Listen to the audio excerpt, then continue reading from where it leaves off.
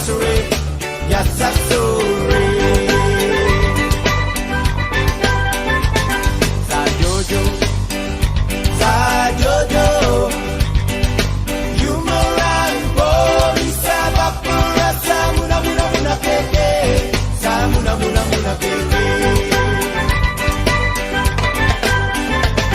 Sajojo, sajojo, yumaran bori sabak merasa muna keke, samuna keke.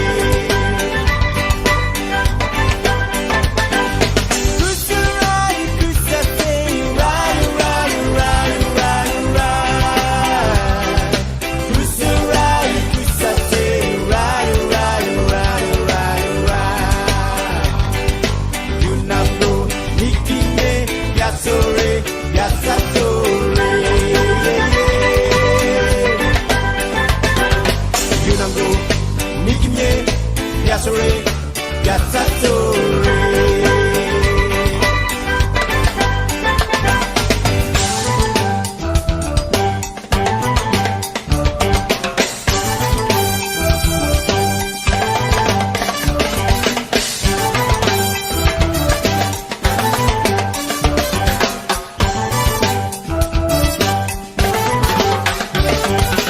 Samuna keke.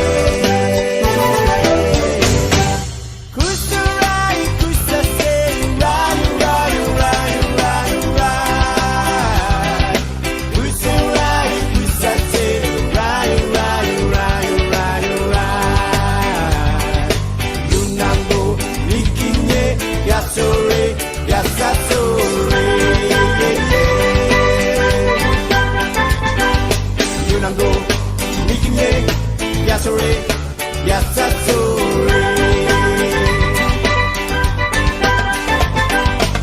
Yunango, bikinnya, ya sore, biasa sore. Yunango, bikinnya, ya sore, biasa sore.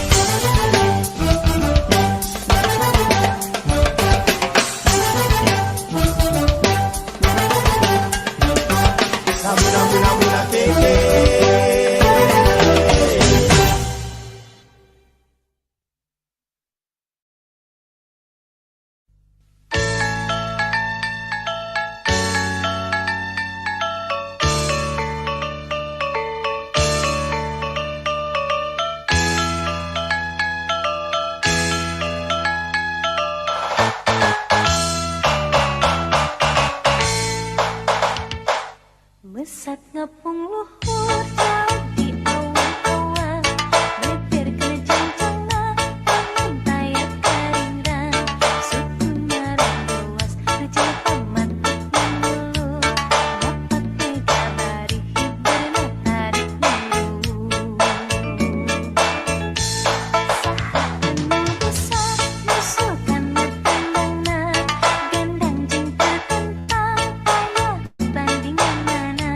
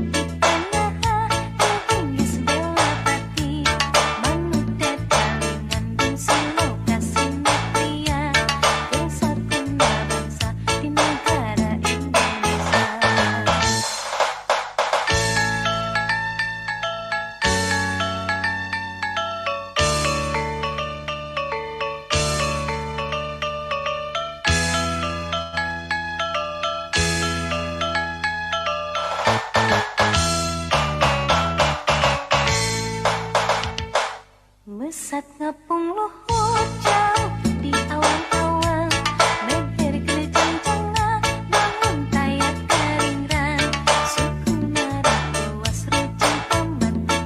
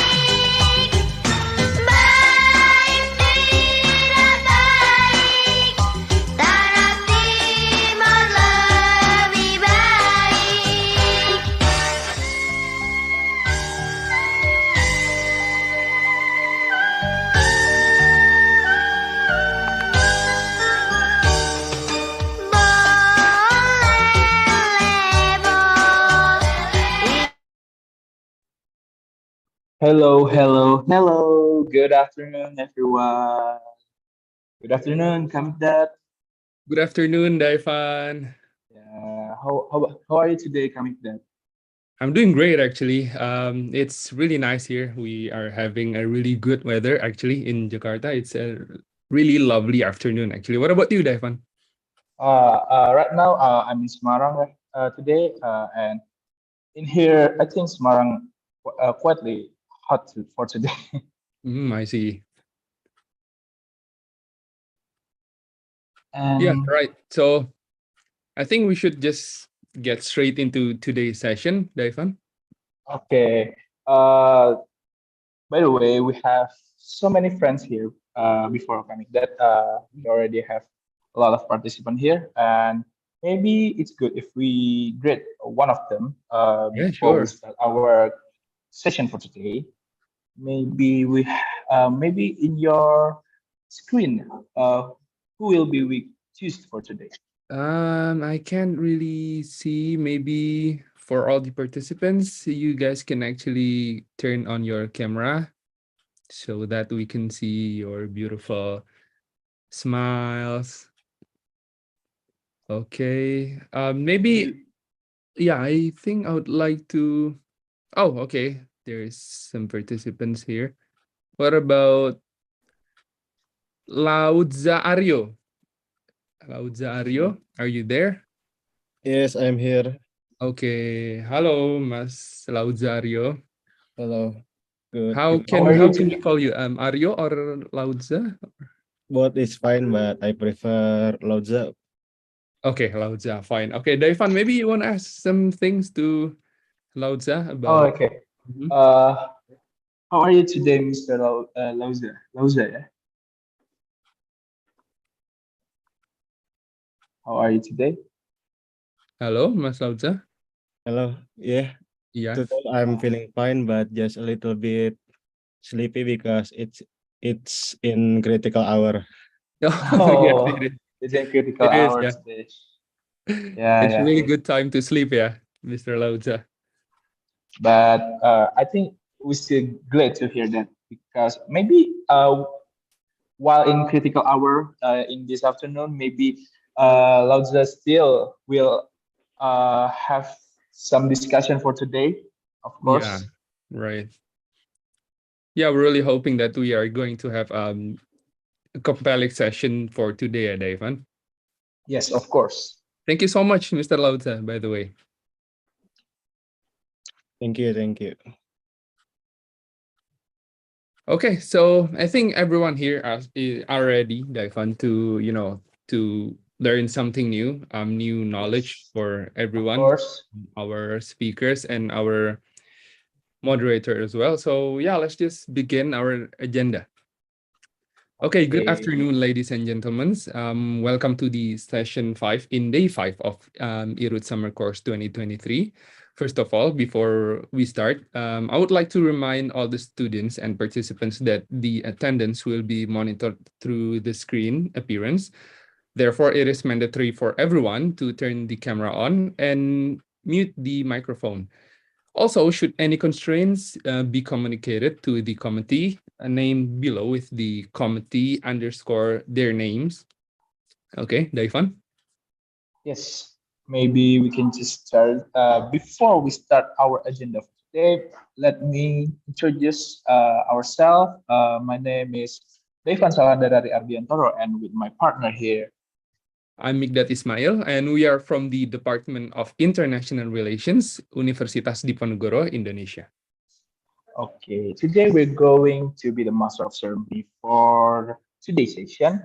And today we have a great topic. The topic is globalization and transnationalism with esteemed speaker Dr. Ahmad Rizky Mardhatillah Umar from Queensland University and Dr. Adi Priyama Rizky from Rajaratnam School of International Studies. By the way, today there are four agendas for today. There are introduction, panel session, ice breaking, Q&A, and closing session. And this session is going to be moderated by Yohanes Thianika Budiarsa, S.I.Kom MGMC. All right. So as Devon mentioned earlier, that Mr. Yohanes Thianika Budiarsa will be our moderator. So I think it's better for us to know more about Mas Tian. So Mas Yohanes Thianika Budiarsa is a faculty member of the Department of Communication Science since April 2022. Previously, he worked as a marketing staff and accountant executive at corporate advertising Kompas Gramedia from 2011 to 2016.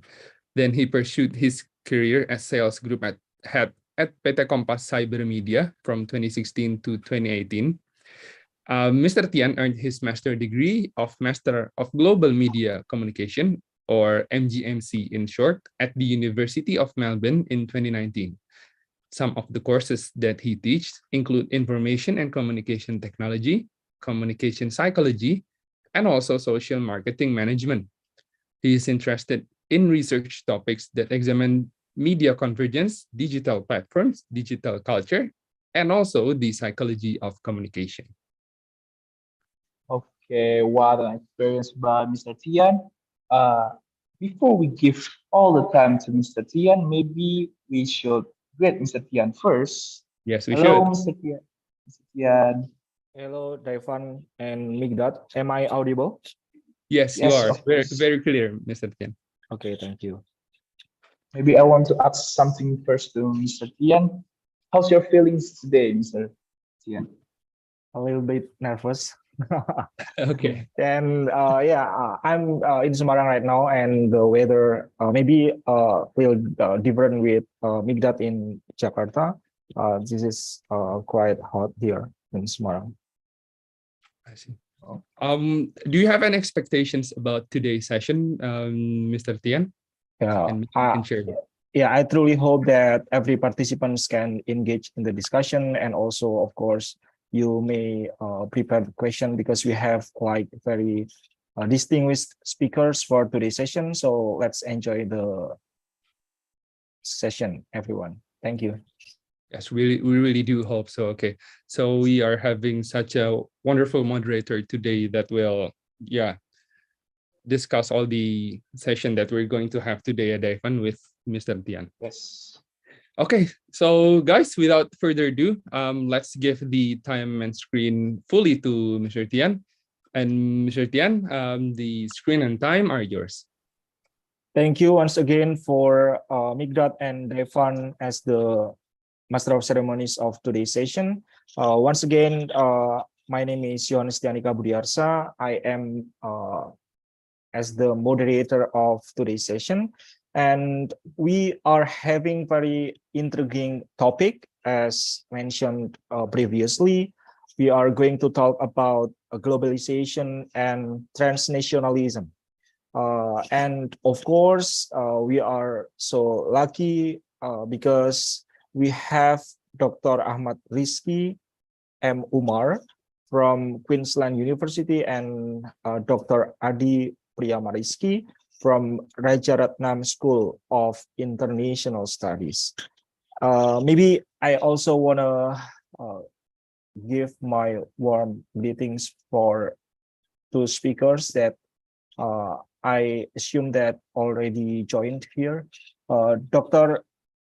Ahmad Rizky, maybe can you talk a little bit, or maybe you can say hello for everyone here? Okay, hello everyone. Yes, Can thank you hear you. me?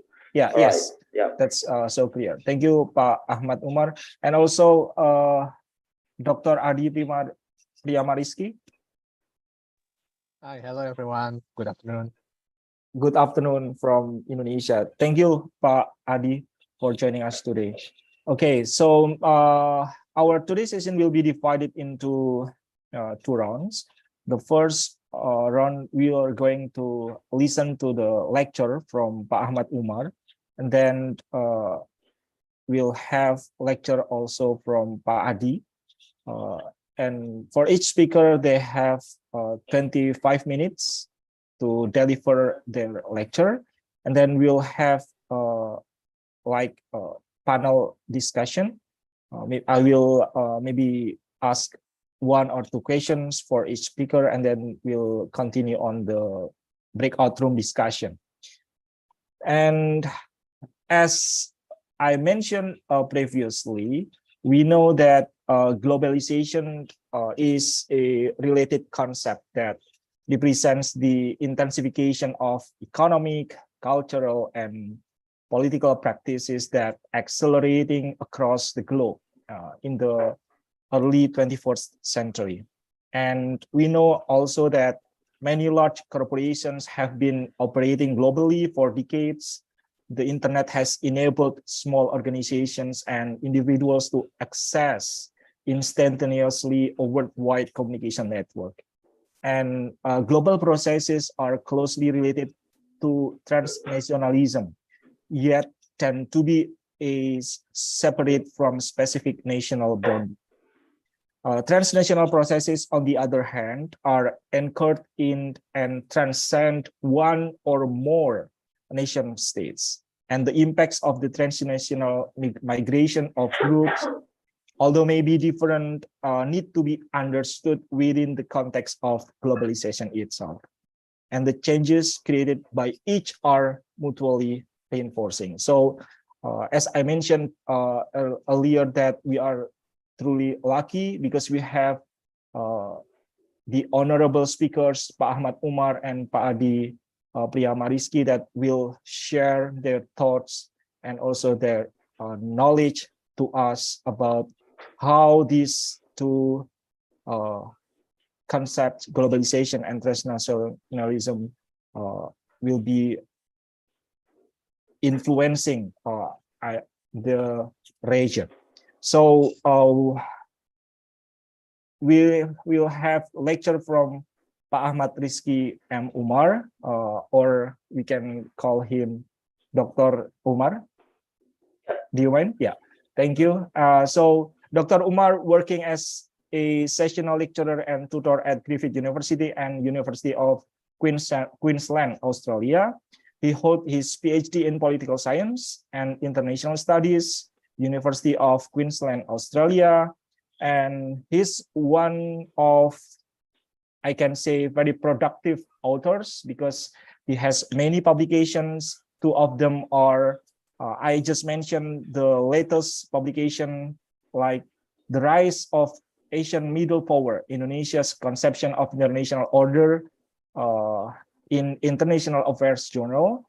And also the second one is entitled Which Part of Your Research is International Relations, published in Indonesia, Alternatives, Global Local Political First View.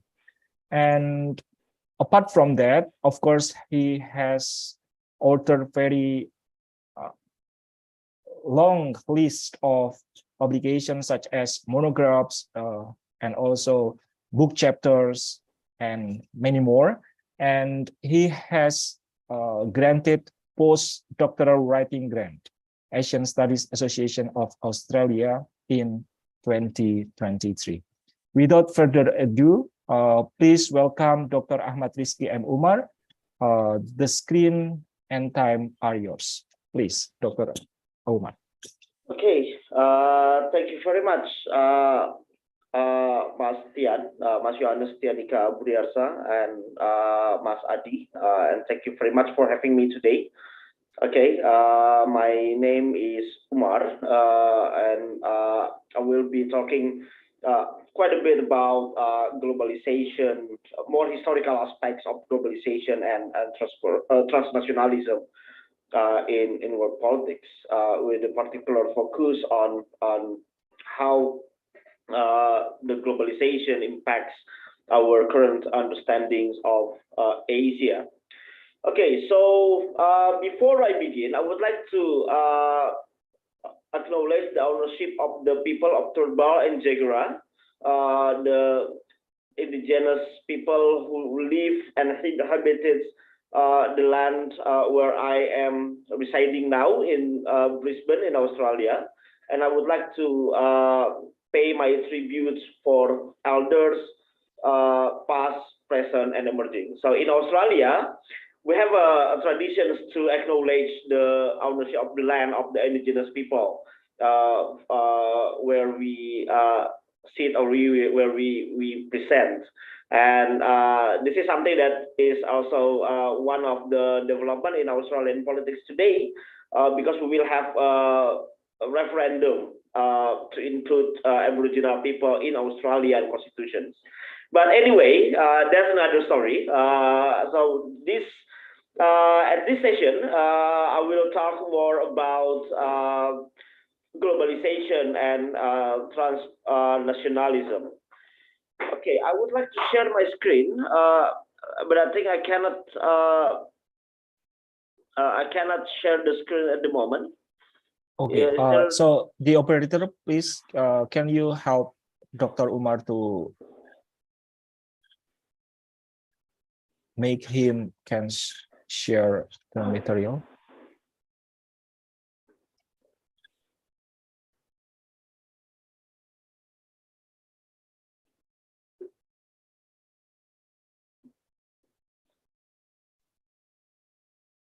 Okay, I can share the screen right now.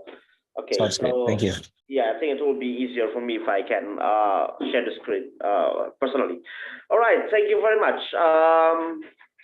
So today I will be talking more about globalization and transnationalism and history. Just a brief sketch about myself. So my name is Ahmad Rizky Mardhatillah Umar. I just graduated recently last year at the University of Queensland.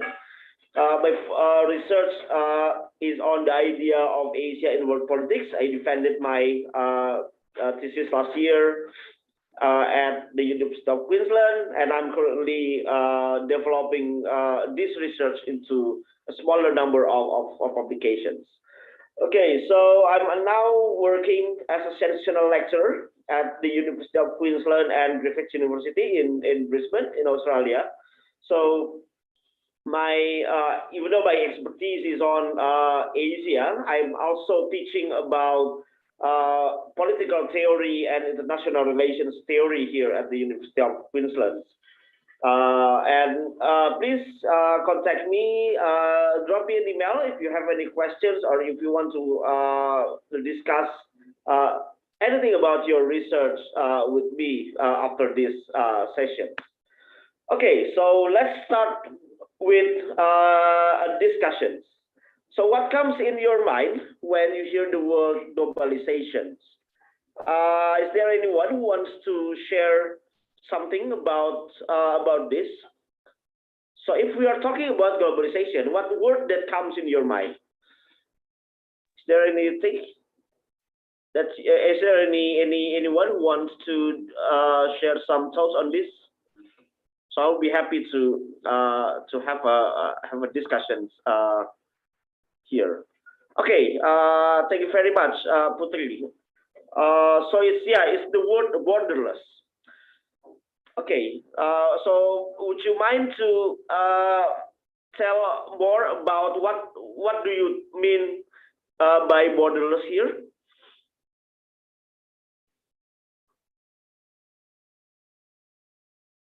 Yeah, you can drop your answer here or just open your mic. It's both of them will be fine. So yeah, we have two words that comes in our discussions. First is about the idea that the world is now a borderless world, right?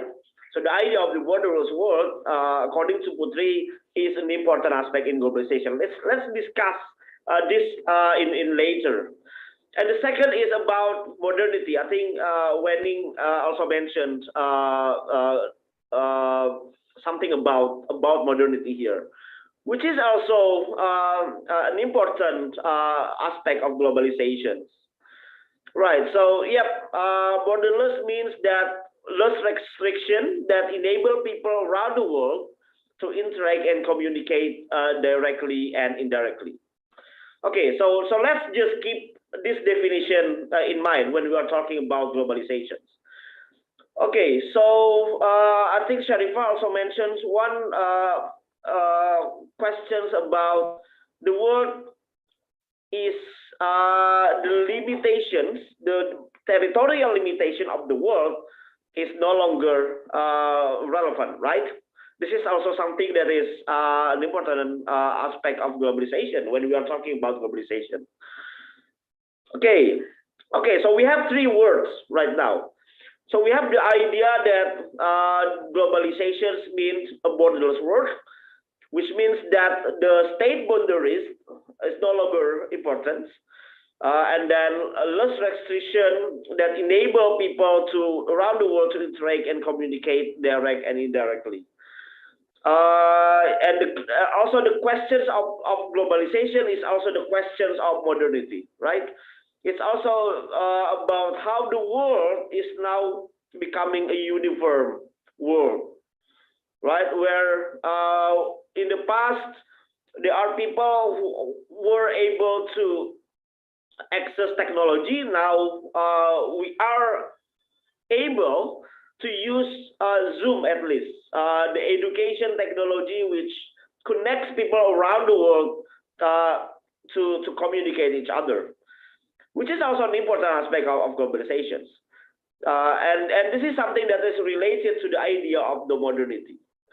Okay, is there anything, any other aspects of globalization that you think is important? There is also the question of technological improvement.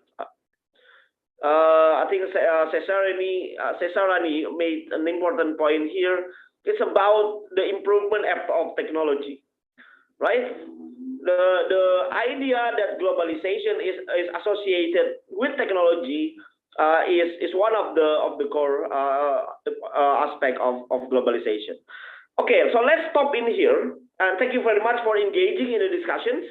So let's stop in here. So I would like to share something that I think would bring a different perspective of how we talk about globalization. Okay, so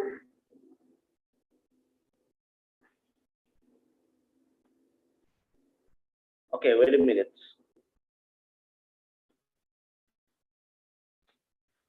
Okay, so I think there are 4 myths of globalization that we encounter when we are talking about globalization in the world. Aside of what you have discussed, yes, the definition of globalization states that the world is borderless. And the idea of the borderless is something that is associated with the modernity. When what we encounter in the world, what we think and how we interact with others are becoming a uniform aspect. However, I think there are 4 myths that we often encounter when we are talking about globalization. So the first aspect of globalization, the first myth of globalization is that globalization is conceived as a recent phenomenon, in which globalization comes recently after the 1989 or after the fall of the Soviet Union. This is something that underpins our discussions about globalization. When we are talking about globalization, we think about the world that was shaped by the United States after the fall of the Soviet Union. We start talking about McDonaldization. We are talking about the borderless technology and about the borderless world, as if the border was not an important thing. Was an important thing in the past. This is something that I think is a myth of globalization, in which we tend to believe that globalization is associated with the fall of the Soviet Union. The second of myths that I think comes in our understandings of globalization is that globalization was made by the West.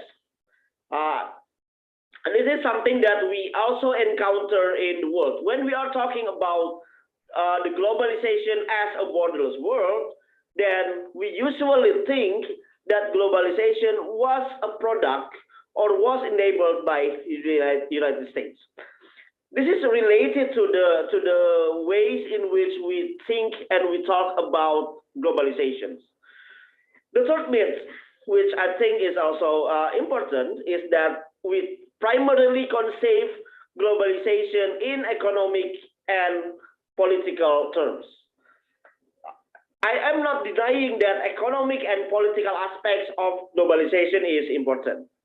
And this is something that I think some of you mentioned, that globalization is something that comes in our culture, right? Something that we encounter in a daily life.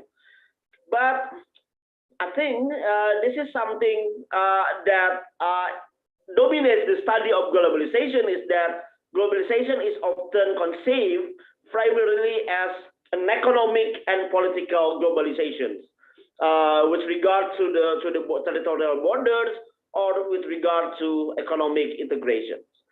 And the fourth myth of globalization that I identify in the studies of globalization is that globalization seems to be taught as natural and inevitable.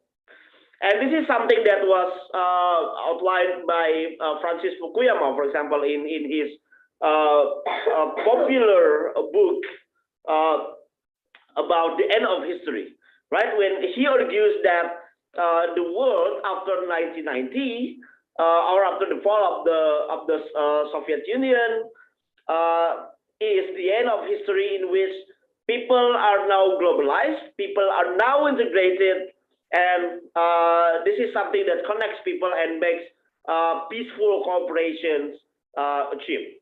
This is something that I think is a myth. But I think I share with you, I agree with you that in understanding globalization, we tend to think about the idea of the borderless world. So what's wrong with this view of globalization? Right. I think there are four problems which underpins the ways in which we think about modernization, about globalization. So the first thing is that the understanding of globalization that tends to understand globalization as a recent phenomenon, it overlooks the history of the global and social interactions between societies in world politics that has been established since the past. It has been established since the 19th century, or even as some historians argued, it is even something that has been constructed in world politics since the 15th or 16th century. This is something that I think the ways in which we understand globalization seems to be overlooking the history, or it's historical. The second problem in our understanding of globalization is that our globalization is Eurocentric, which means that globalization is associated with a view that it is Europe or the West that made everything, and the rest are only followers of what the West has made. This is something that is also often underpins our analysis of globalization. I think in our discussions, we tend to think about globalization as modernity, right? So the idea that globalization is related to the uniformization of the way of thinking, the uniformization of culture, and the uniformization of the way of life, according to one particular standard.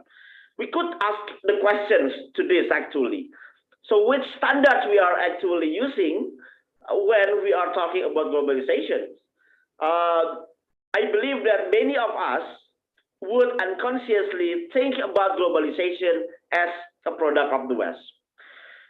This is the second problem that I think emanates from the idea, from the discussions of the globalization.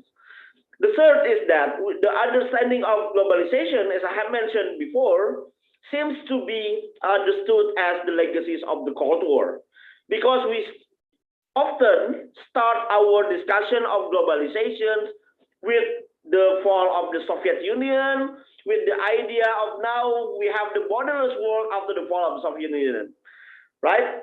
This is a view which I think was emanating from the legacies of the Cold War, which still underpins our views about world politics today. And ultimately, I think the idea of globalization as somewhat a product of the West, or somewhat a uniformization of the Western culture, discount the agency of non-Western actors in globalization, which means that in understanding globalization, we should also take into account the non-Western community, the idea of the people outside Europe, not only as the consumer of globalization, but a producer also of the globalization. And by discussing this context of the non-Western people as the producer of the globalization, one of the most important thing that we need to do is to widen our conceptualization of the globalization. Here, I put forward one proposal for our discussion for us to think about. My argument is that we need to widen our views of globalization so that we can take into account the agency of the non-Western people, the fact that non-Western people is actually the producers of globalization, not only as a consumers.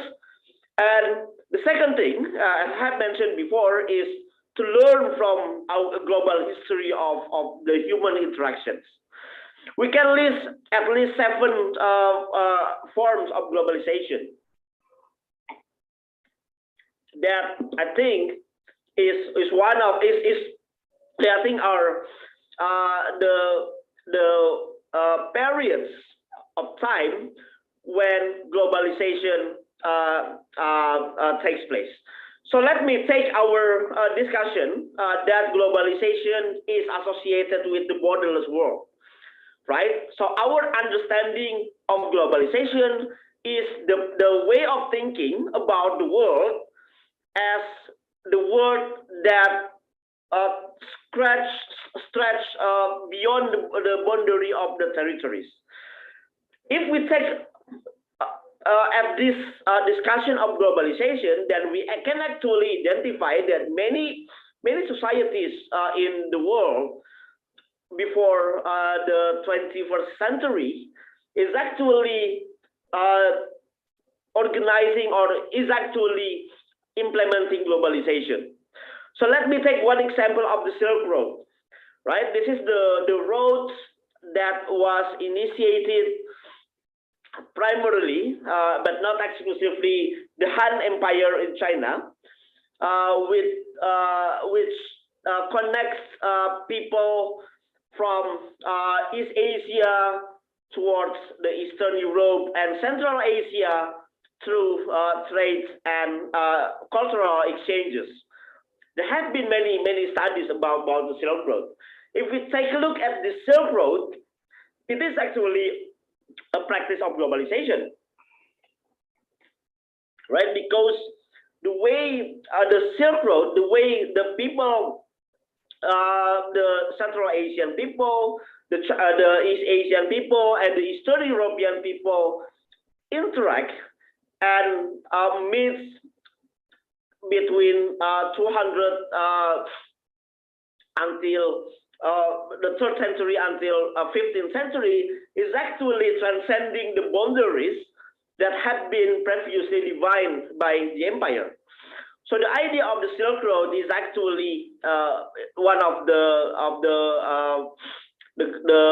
process of the globalization. Let us take another example of the spread of Islam, for example.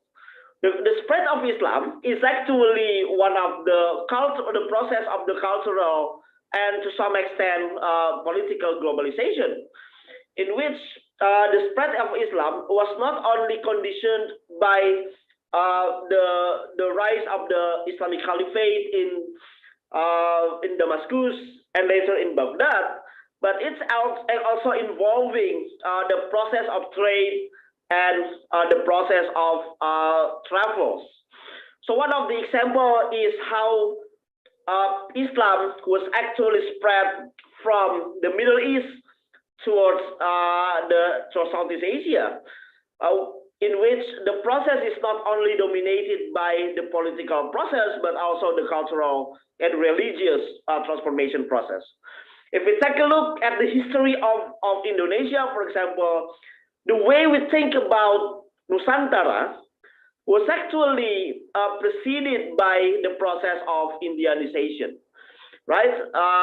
In some times between the 4th century until at least 13th century, when Majapahit Empire emerged in Java, we actually underwent a long process of Indianization, in which we interact with the Indian community, we adopt their culture, and we adapt their culture in our cultural lives and political process of governing kingdoms in Nusantara. So I think the way in which we think about globalization, I believe, should be historicized, in which we need to understand that there is no single process of globalization associated with the post-Cold War globalizations after 1990, but also, as I will discuss later, it is also involving the people across the world, the human interactions that shaped the world into its existence today, and it also enables cross-cultural interactions between societies.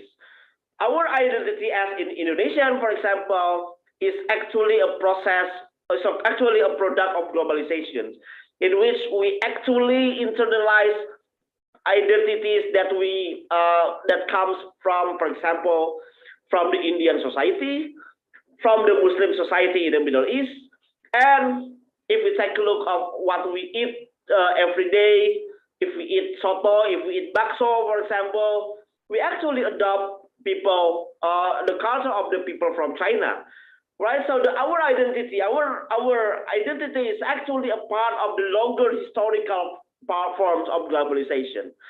So my argument is that, and I will show later in the context of the global anti-colonial resistance, is that our understanding of globalization is not a new thing. So here, I would like to put forward some conceptual argument, and this is something that you can actually ignore if you're not interested in international relations. So the process of globalization, if we take a look at the broader historical framework, can be is actually involving two important aspects. The first aspect of globalization is historical convergence, in which the ways we interact with each other across the world is historically converged as we embrace cooperation and as we embrace interactions. However, we also in the world underwent the process of global divergence, in which conflict and also disintegration, crisis, and instability causes the differences, and it causes the divergence from one society with another in our interaction with each other. So let me put this thing, and as we have discussed about the questions of border, right? So border is actually a political construction.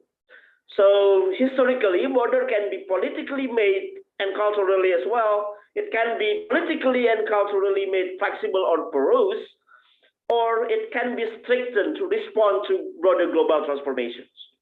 So what is important in the history of globalization is that the way, and this is something that it is actually argued by Marie Buzan and George Lawson, is that the ways in which we construct border, whether we make it flexible or we make it strict, is actually conditioned by the broader global transformations.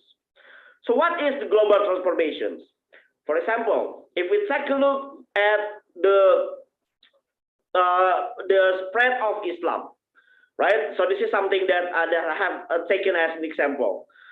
So the spread of Islam was actually undergoing a process of bordering in which people were converted as Islam and differentiated with each other. And it can be, they are actually at the same time making themselves going beyond their border in order to live and to trade with people across the boundaries. Right. So border here is actually something that has been constructed as a flexible. Now we think about border as something that has been fixed, right? Since 1945, we think about the world as bordered by territorial boundaries. But this is actually something that is new. Before 1945, so there is no really strict regime that governs, for example, the ways in which people travel around the world. So in Indonesian history, we can learn that Tan Malaka, one of the leader of Indonesian revolutions, one of the Indonesian early post-colonial leaders, was actually able to travel to Manila, to Shanghai, to Bangkok, and to other parts in Southeast Asia and East Asia in order to escape from Dutch colonial persecutions at the time. This is something that is related to the construction of the border. So the question is, if we think of border as a political construction, then how does it convert, or how does it made flexible, and how does it divert, or how has it been made as a strict border? So I identified two sources in which border was made flexible or can be made porous. The first is source of the porous border, or the first sources of the flexible border is economic cooperations, right? So if there is economic benefits from one to other, then we tend to be perceiving other people as our friend. And this is something that happens not only in terms of interstate relations, but also in daily lives. For example, we tend to cooperate with our colleagues, for example, for the purpose of work, right? So there's economic incentives that enable cooperations. And this is something that makes our mutual relationship with our friend stable. But there are also some conditions that make borders to be closed or to be made more strict. And we can see that, for example, the construction of the strict border is associated with conflict, with instability, with hostile neighbors or great powers. There are many important examples in world history. So, for example, in the past, in the late Majapahit era, for example, in the late 15th century, there was actually some instability and crisis that was caused by the rebellions of the Majapahit enclaves and Majapahit societies in the northern part of Java, right? This is something that makes people, the Majapahit people, particularly after Hayam Buruk, for example, relocates to Banyuwangi and Bali, if we understand Indonesian history. So this is one of the example of the process where the instability makes people to strengthen their borders and then make people to identify themselves as different with others. Tokugawa regime, for example, Tokugawa shogunate in Japan was actually one of the example of the logic of divergence. in which Tokugawa shogunate closed entirely its border to other East Asian society because of the hostile neighbors. And there are 3 centuries of closure of border in Japan, in which they tend to dissociate themselves with, for example, the rise of the Qing Empire in China. So this is something that has been has become a source of the divergence in globalization. So if we take a look at what happens in globalization, we have benefits, economic benefits, and collective threats as well that makes people eager to convert. And this is something that is made as one of the sources of the globalization. So the second aspect is about the collective threats, which is also making the border flexible among members of states or among members of societies who embrace integrations. So one example, if we take a look at the history, is the globalization after the Cold War. For example, there are incentives from the United States to embrace economic integrations. But this is not something that is actually new, because in the past, in the late 15th century until the 16th century, we actually have age of commerce in Southeast Asia, right? When we actually have a very smooth and we have a cooperative patterns of trade, not only between people in Southeast Asia, but also between people in Southeast Asia with the Western traders at that time. So there are economic incentives and collective threats that makes people convert.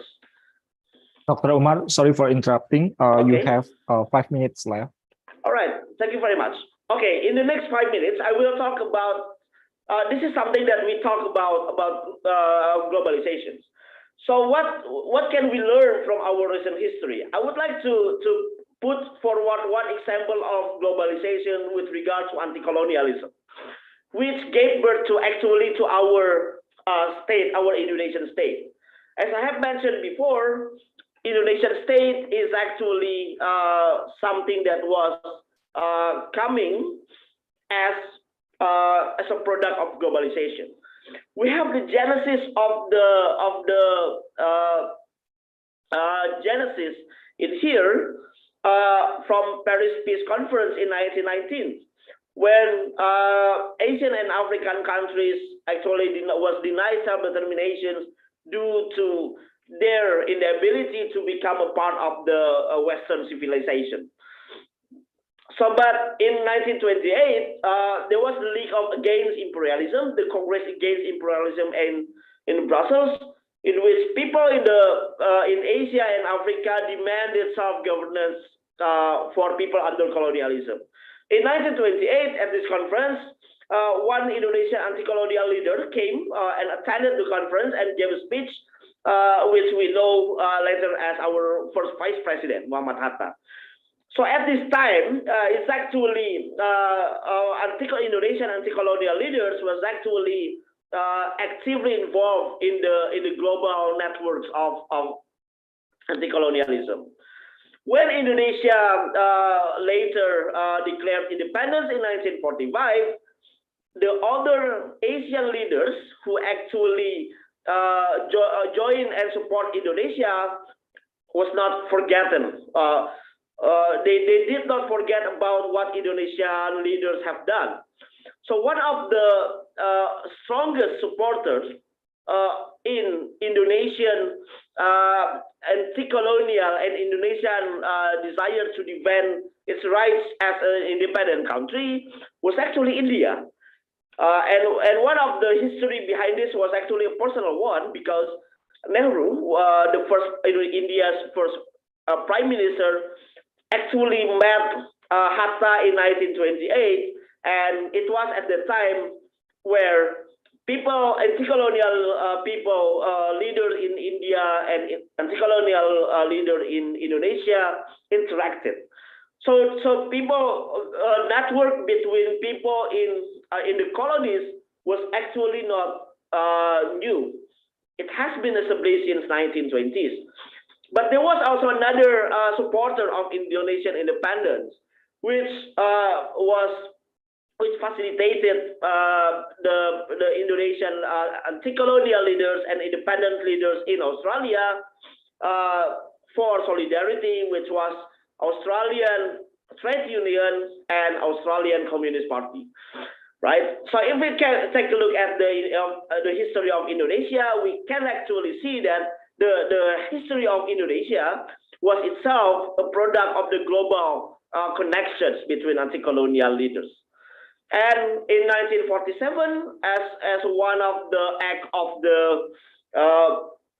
solidarity, Jawaharlal Nehru and Sarojini Naidu, one of the Indian anti-colonial leader, organized the Asian Relations Conference in New Delhi. At this conference, Nehru personally sent one plane to Indonesia, and then it enabled several Indonesian leaders like Agus Salim and Shahrir to attend the Asian Relations Conference. And this gave birth to actually the Asia-Africa Conference in Bandung in 1955, which then leads to the decolonization process at the United Nations General Assembly debate in 1960s, in which the result of the UN General Assembly resolution was to grant self-determination for people under colonialism. All right, and we can see that actually the struggle that was started from the global connections between Indonesian leaders and other anti-colonial leaders in 1920s have been continued, and it has been producing a global anti-colonial network in which the ideas of anti-colonialism was converged into a global movement at the time. So one of the most tangible legacies is the Third World and the new international economic order in 1960s, right? So we have the non-aligned movement, we have the new international economic order, and we have the global Third World movement. The global Third World movement is actually a political movement to resist anti-colonial movement. In this context, we can see that anti-colonial globalization has produced one important outcome in world politics, which is decolonization. The existence of Indonesian state, the existence of states in Asia, Africa, and Caribbean was actually a product of the long history of the globalization. So what could we learn? And this is my conclusions. First, actually, if we understand globalization from a historical process, we can actually see that globalization is not only about integration. It is also about resistance against colonialism, which enables self-determination of countries. Right? As I have mentioned, we have the collective threats and economic benefits that enable convergence. In the context of the global anti-colonial movements, we have the convergence between local struggle in Indonesia, which is actually aided by the global connections. Right? So don't think that the struggles of the people in Indonesia is only a struggle, armed struggle against the Dutch. It is actually supported by many important actors, and it is aided particularly by the global connections. And it paves the way for later regional and trans-regional interactions amid the Cold War. So this is something that, as a conclusion, this is something that we need to think about globalization. So the globalization is, as I have mentioned, is a long historical process, right? And it has any consequences to us to think about our globalization as not only about the uniformity of modernity as we learn from the West. This is actually involving Indonesia and India as one of the important actors. The question is that, and this is something that we can think and we can discuss and we can debate further, is how do we think about globalization in our daily life? Is it only the questions as of the matter of the Western globalizations, or we can appreciate the broader historical connections and broader political and economic connection that shapes this globalization. And I will stop here and thank you very much. Thank you, Dr. Umar, for very important information and of course, insightful presentation that you have delivered just now. I think we can take many, notes that when we are talking about globalization, we have to think that globalization is a long historical process. So we will not trapped into, that Dr. Umar has mentioned earlier. There are 4 myths. Yeah. Maybe we think that globalization is a phenomenon that just come recently, but it has been established since 16th century actually. And also there are 2 aspects when we are talking about globalization: economic benefit in one hand and also collective threat in the other hand. And we can also discuss further in a breakout room, I think. How do we think about globalization in our daily lives? Or can we also think about the economic and also the political factors that very playing influence role in this kind of globalization? Thank you very much for Dr. Umar. And then now we'll have Dr. Adi Priyamariski as the second speaker of our session. I just want to introduce Dr. Adi a little bit. He is a research fellow Indonesia programs as Rajaratnam School of International Studies at Nanyang Technological University in Singapore. And he holds his PhD from Ritsumeikan University, Kyoto, Japan. And he also very productive authors. He has written very long list publications. One of them is Quasi-Civilian Defense Minister and Civilian Authority, published in 2023 in Asian Journal of Comparative Politics.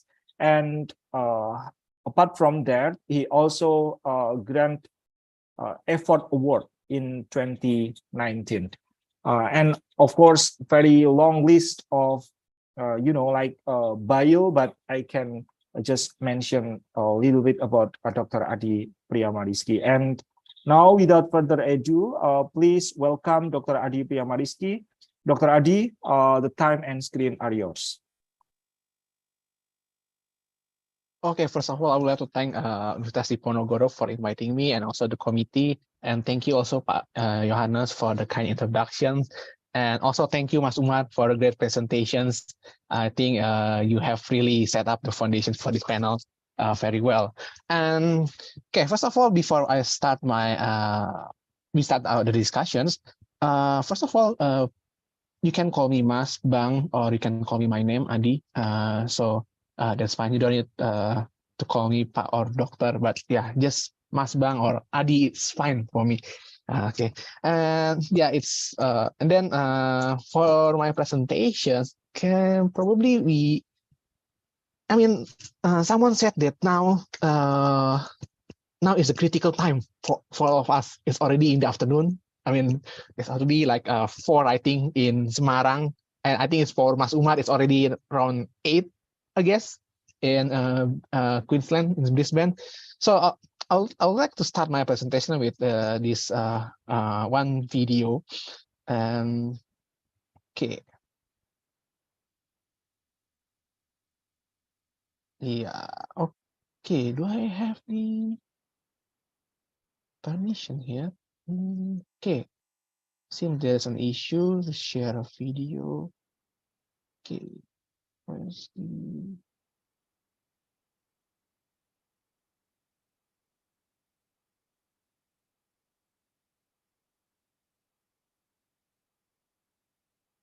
Okay. Sorry. It's a little bit of a technical issue, but okay, great. Yeah. Okay.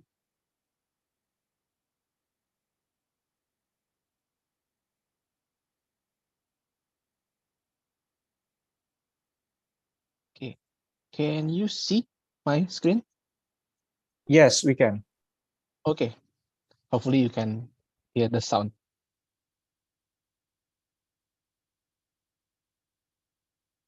Unfortunately, it's not audible.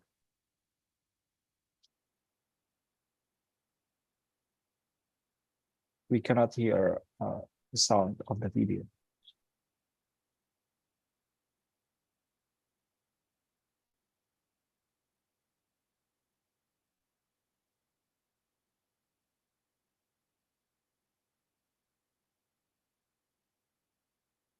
Hello, Mas Adi. Yep. It's not audible in my. Oh, okay. Yeah. So yeah, I guess I'll start with my presentation then. Okay. Yeah, actually I wanted to share with you about a video how the military, I mean in this case the Singapore Navy has evolved into or expanded its role, not only focused on defense affairs, but also more into like to handle like transnational or transnational challenges. Okay, can you see my PowerPoint? Yes, we can. Okay, so my presentations will focus on the military and the transnational threats, particularly the role of the military in handling the transnational threats. And I use the case of TNI's role, the Indonesian military's role in counterterrorism and COVID-19 management. And so if you have some burning questions, feel free to interject my presentations. Maybe you can just open your mic or wave your hands. Okay. So, okay. Yeah. So, yeah. This is the focus and outline of my today's presentation. So, now the focus will be military's role in managing transnational threats. I think that for the outline itself is gonna be like pretty straightforward. Okay. First of all, transnational threats. So I would like to use the definition from the United Nations to describe what is or what are national threats or challenges. So committed on national territory, permeate national borders, and affect entire regions, and ultimately the international community as a whole. So I bolded the permeate national orders. So here we can see that sometimes people use the terms transnational challenges and also the non-traditional security challenges. But the words permeate national borders actually become something like a differentiation between the non-traditional security threats and also the transnational threats. But in the same, but in some sense, I mean, traditional security, non-traditional security, and also the transnational challenges would be, I mean, they have some kind of like some overlapping areas. Okay, if we go back to the post-Cold War era, we know there is this change of view of the security that previously, when we talk about security, it's all about states. But then in the post-Cold War era, we see that there is this increasing focus on the human, so human-centric security. So it's no longer monopolized by the state. And here, these transnational challenges become a new something like a new buzzword, become a new focus of the security in the security world. So if you see, if we divide into three differentiations from the actor, the catalyst, and the cause, and the difference between transnational threats and the traditional threats, we see the actors. It's not obviously it's not monopolized by the state. There is non-state actors, individual terrorist group. Some of the examples, and the catalyst itself will be different. If we talk about traditional threats, the catalyst will be the military size, expansions of military size and military strengths. Obviously, that's the catalyst. But if we talk about transnational threats, it's more diverse. We can include violent extremism, terrorism as the catalyst. But and then the cause also different. Transnational challenges, we should see more like broader phenomena, broader cases. I mean, we include the infectious disease, cyber attack, and there is the element of the spillover. I mean, as the UN definition said, about the and affect entire regions and ultimately the international community as well. Definitely, there's a spillover impact of the issue, but it's quite different with the traditional threats, which mostly the cause will be like struggle for power.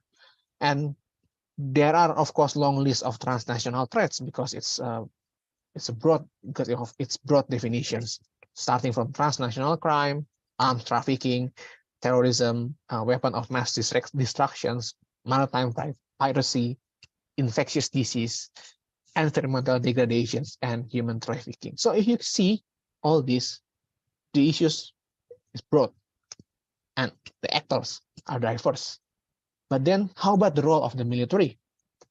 That's going to be the focus of my discussions for today. Okay. So if we talk about military and transnational threats, we see that I would like to use the definitions from terrorism, the role of the military in handling transnational threats. If you see in terrorism, terrorism appear, if I can borrow the definition from Gerd, there are various pushing factors for terrorism to appear. I mean, from collective grievance, disappointment with existing social and economic arrangement, and even politics. So here we can see that the pushing factors of terrorism will be more close to the developmental. But however, those are not the only one that to describe how counterterrorism works, or even how terrorism appears. And here also we see that also creates a different approach in counterterrorism. If you see the case will be, the trigger will be developmental, economic, so of course the approach will be developmental. But if you see other things, other issue, especially if we also include the military and also other institution, we can see there is these coercive counterterrorism approaches, which can be divided into two: the criminal justice model and the military warfare model. So what are these two?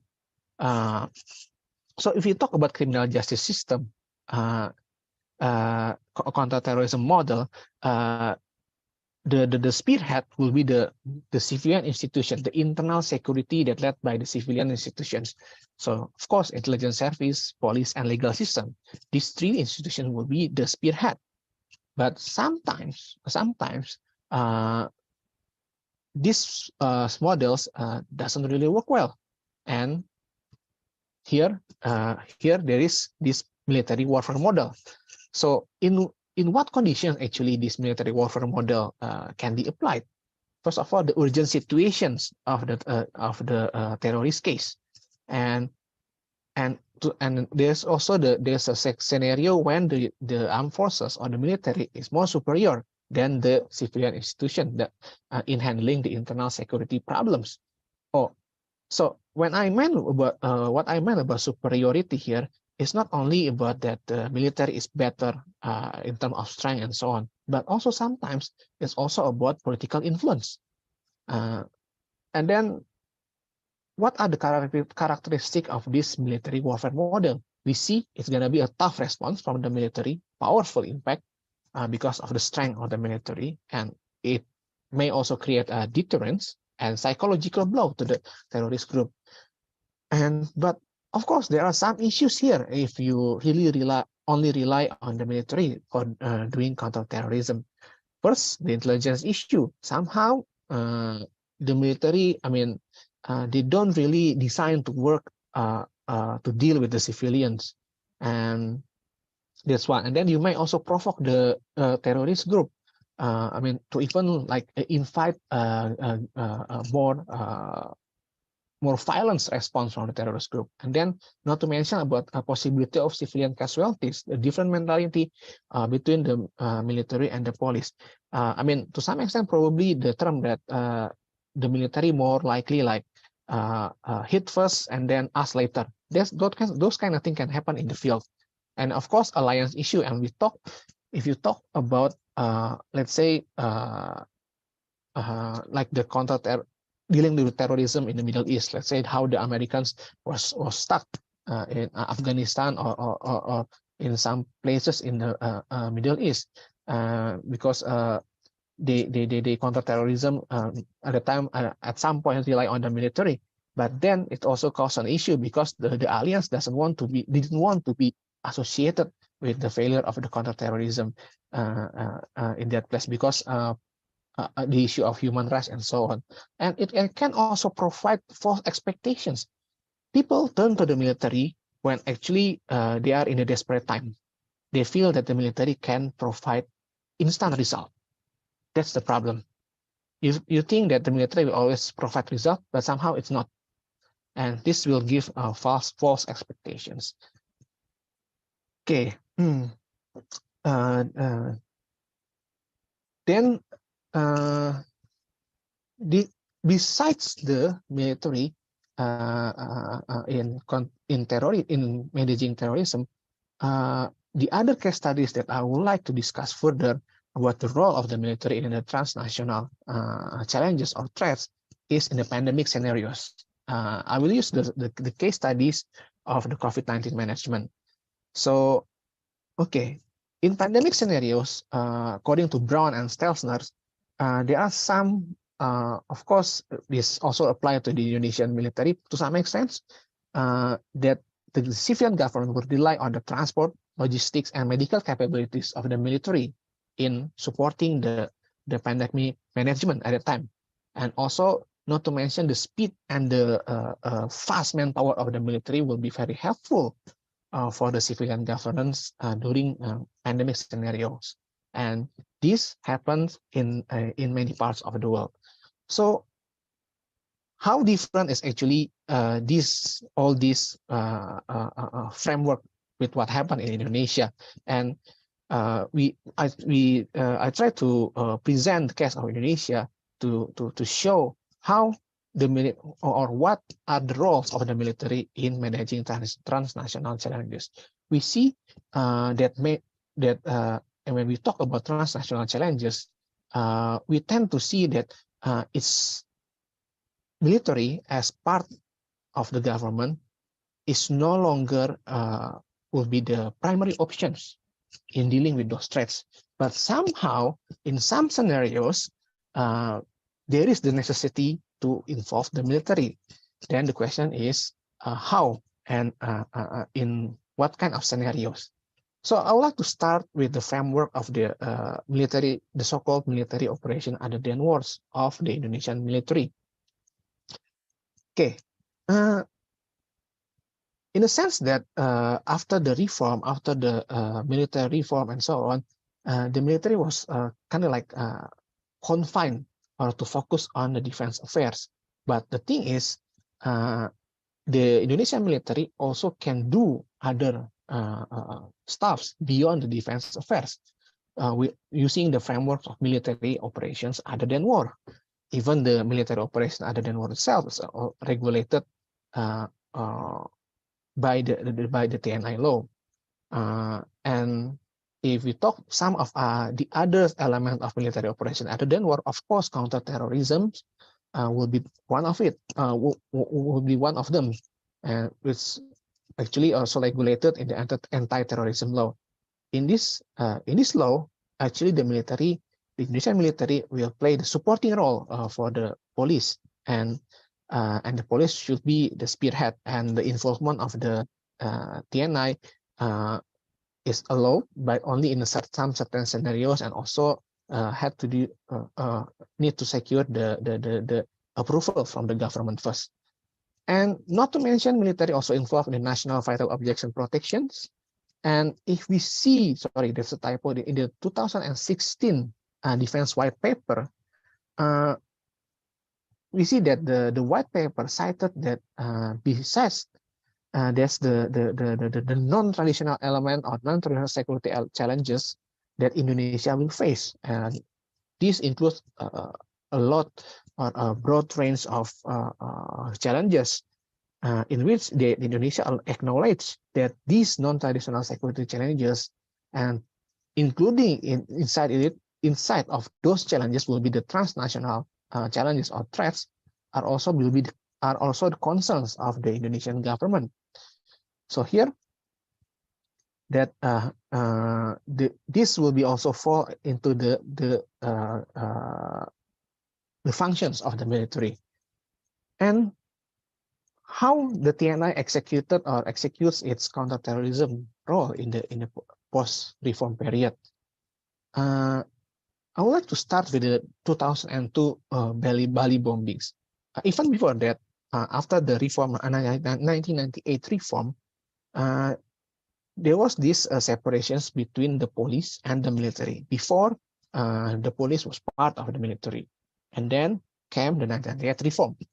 So the TNI should focus on the defense affairs, while the police will handle the internal security. But then Bali bombings happen. This will be this become the impetus of the cooperation, the police and TNI cooperation in counterterrorism. At the time, the police received heavy criticism because its counterterrorism efforts failed to deliver positive results, and at that time it opened the increasing role of the military in counterterrorism, because at that time, of course, many governments, the civilian governments at the time wanted a result. They have constituents, and they need to deliver something, right, to their constituents. And this is where the pragmatic element came, that counterterrorism at the time must produce some results. And this is why at the time, although the police will be the spearhead of the counterterrorism, we see there is this growing involvement of the Indonesian military at that time. And then came also the hand of the East Indonesia Mujahideen in Poso, in Sulawesi. This group, although it's small, but the operation is very complicated, and it's very protracted, and had cost a lot of and consumed a lot of time.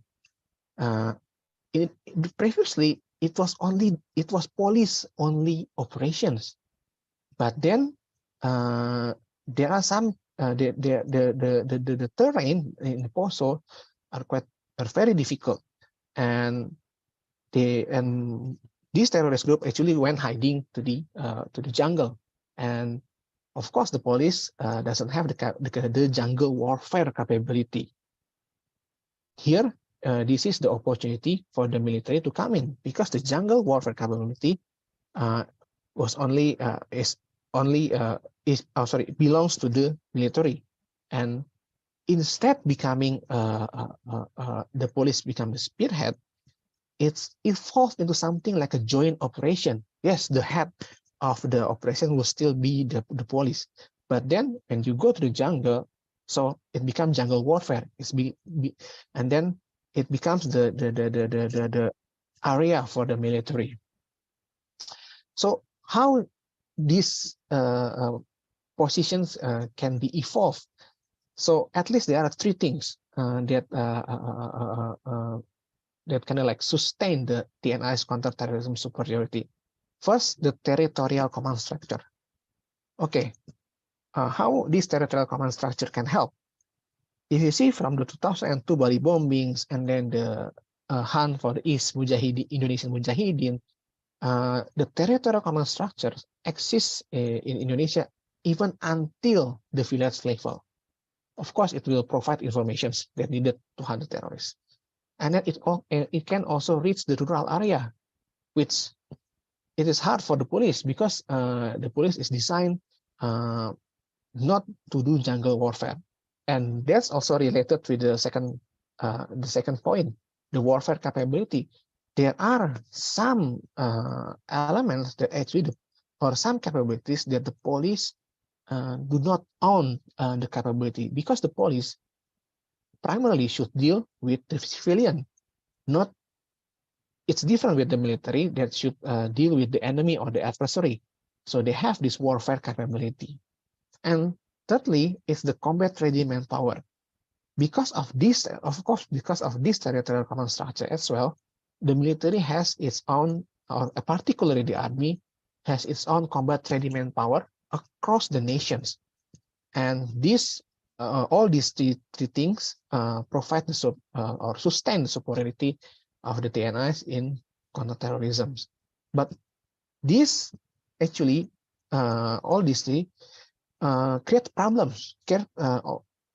On the one hand, the greater involvement of the military provides result, but on the other hand, there are also some problems. Okay, for the obvious reasons will be the military and police rivalry. It happened. I mean, it happened even since the 2002 Bali bombings. There's this envy from the military when the police took over the internal security role, become the spearhead. If you realize now, even each of the military service up until now still has their own counterterrorism unit. And it's kind of interesting because at the time after reform, as I mentioned before, the internal security should be handled by the police. But for counterterrorism unit, the military still owns it. And it's also become counterterrorism becomes a battle for the budget politics. How does these two institutions try to compete to get funding, especially in the post Bali bombings, where many of the foreign donors also give some counterterrorism funds to Indonesia. And secondly, there is this inherent risk of militarization of counterterrorism regime. The fact that in counterterrorism, the adversary is our own citizen, and this is gonna be a problem. Even in the early 2000s or in the middle 2000s, the Densus 88 did face a lot of heavy criticism because of this human rights issue. For example, detaining the wrong persons and then heavy civilian casualties. That's one of the issues. And with the growing or the greater involvement of the military, there is also this possibility of changing the mindset of the counter-terrorist task force, because the military was not really designed to deal with civilian, unlike the police. And then it also can be harmful for the military, because the military should focus on the defense affairs. But when they deal with the with counterterrorism, the focus will be more into the internal security rather than to defense affairs. That's for the counterterrorism. Then how about the pandemic? As mentioned before, infectious disease is one of the most common example of the transnational challenges. And it's COVID-19 as well. And how do the TNI actually involve in the COVID-19 management? First of all, logistic distributions, vaccines, and medical supplies. Okay, if you see, if some of you coming from the, let's say, from Kepri or from Ambon, you see many of these militaries at that time help to distribute vaccines to the outer islands, because simply there is no other proper or faster transportations to reach those areas. And then there's also this manpower contributions. It's weird actually when you see during the social distancing period that the military was deployed actually in many parts of Indonesia to enforce the social distancing, and even also did the public awareness campaign, like how to wash your hands and so on. And the third one will be the infrastructure. You maybe some of you aware about the existence of Galang Islands, whereby there's the military help to build the facilities, the quarantine facilities. Even this also because of the territorial command structure. In many of these territorial command officers, there are also some military hospitals or military clinics, and those facilities become some kind of like additional infrastructure for COVID-19 management. Can be for vaccinations, and mostly for vaccinations. And not to mention at the elite level as well, and in the personal of the persons from the military or military officers are also included in the decision making.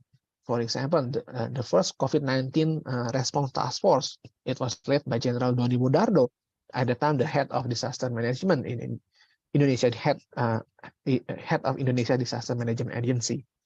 And then there's also this National Economic Recovery and COVID-19 Management Committee, the KPCPN, which at the time included General Andika Perkasa as one of his deputies. And the military also has their own initiative. At the time, the military back in 2000 and 2000, I think 21 and 22, 21, I guess, proposed this so-called integrated joint task command, the Kogas Gapat, to help the COVID-19 management. So they have their own, they set up the quarantine facilities, and then they also help with the vaccinations. And this joint task command manage all those things. And here, the territorial command actually acted as the spearhead. Again, because of its fast outreach to the rural area, it's one big advantage for the military. And there is also this forum, the Forkompimda Regional Leaders Communication Forum, which interestingly was activated during the pandemic. But in the end, why the military, why there was a rampant military involvement is because the primary reason was the inadequate civilian government infrastructure, and then also lack of manpower here also included. So the military was acted as some kind of like an additional force to patch up the gap. So, okay. Here we can see that the military and non-traditional security, or in the transnational challenges, they often acted as a supporting component. Here, although the issues will be like global, but the solutions can be local. Even the military at that time acted locally. Then, however, we should remember about this. Sometimes when we have a hammer, everything looks like a name. And this is gonna be an issue as well with the military. You think that, oh, because of there is this military can do anything, so we just use the military to solve anything. So the further questions will be like, in what ways actually? For the discussion, probably I would like to propose. So, in what ways the military can participate in managing transnational threats? Think about the circumstance. Think about the capability of the civilian and also the military itself. And then the next question will be, do we need to limit the military role in managing transnational threats? Why? Probably we can also focus on the nature of the transnational threat itself. That's one. And probably we should also see or maybe ponder about the nature of the military itself. The characteristic of the military institutions. Okay, I'll stop there and look forward to the discussion. Okay, thank you, Mas Adi, for a very great presentation. And we can take notes, I think, many insightful information and knowledge regarding the potential of military approach, or I don't know, can we say military superiority in countering terrorism, and also the pandemic management, as two case studies brought by Mas Adi to explain further about the potential of military in combating transnational threats. And we still have around 10 minutes to have panel discussion. I think I will start by proposing, not proposing, by questioning, I think. So I will ask Mas Umar and Mas Adi. Mas Umar and Mas Adi, can we have maybe like 10 minutes discussion? Sure. Yeah. So my question is regarding the globalization. Mas Umar previously highlighted the two aspects of globalization, which are convergence and is that divergence, right? In one hand, we have economic benefit, but on the other hand, we'll have collective threats. And talking about globalization, I think very crucial issue recently that maybe we need to take this into account is the problem of environment, which is the waste import issue. I have read one of journal article investigating the impact on air pollution of China's 2017 policy banning waste imports, because this policy implemented in China in 2017 about banning waste import, it gives impact on the waste import in our region. If I'm not mistaken, Indonesia is becoming one of the waste exporter, waste importing, and apart from that, Thailand and also some of the developing countries. So my question is, in your point of view, what should we take into? What do we need to do regarding the process of globalization?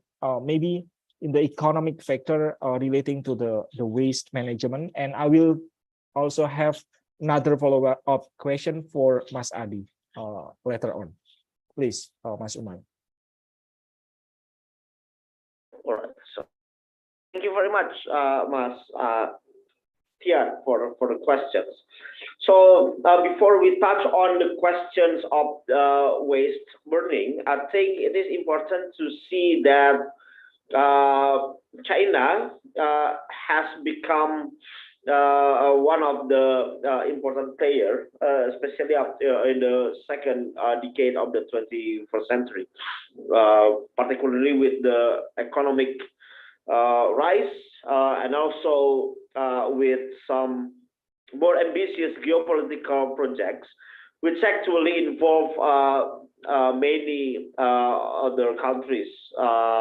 It's beyond the region.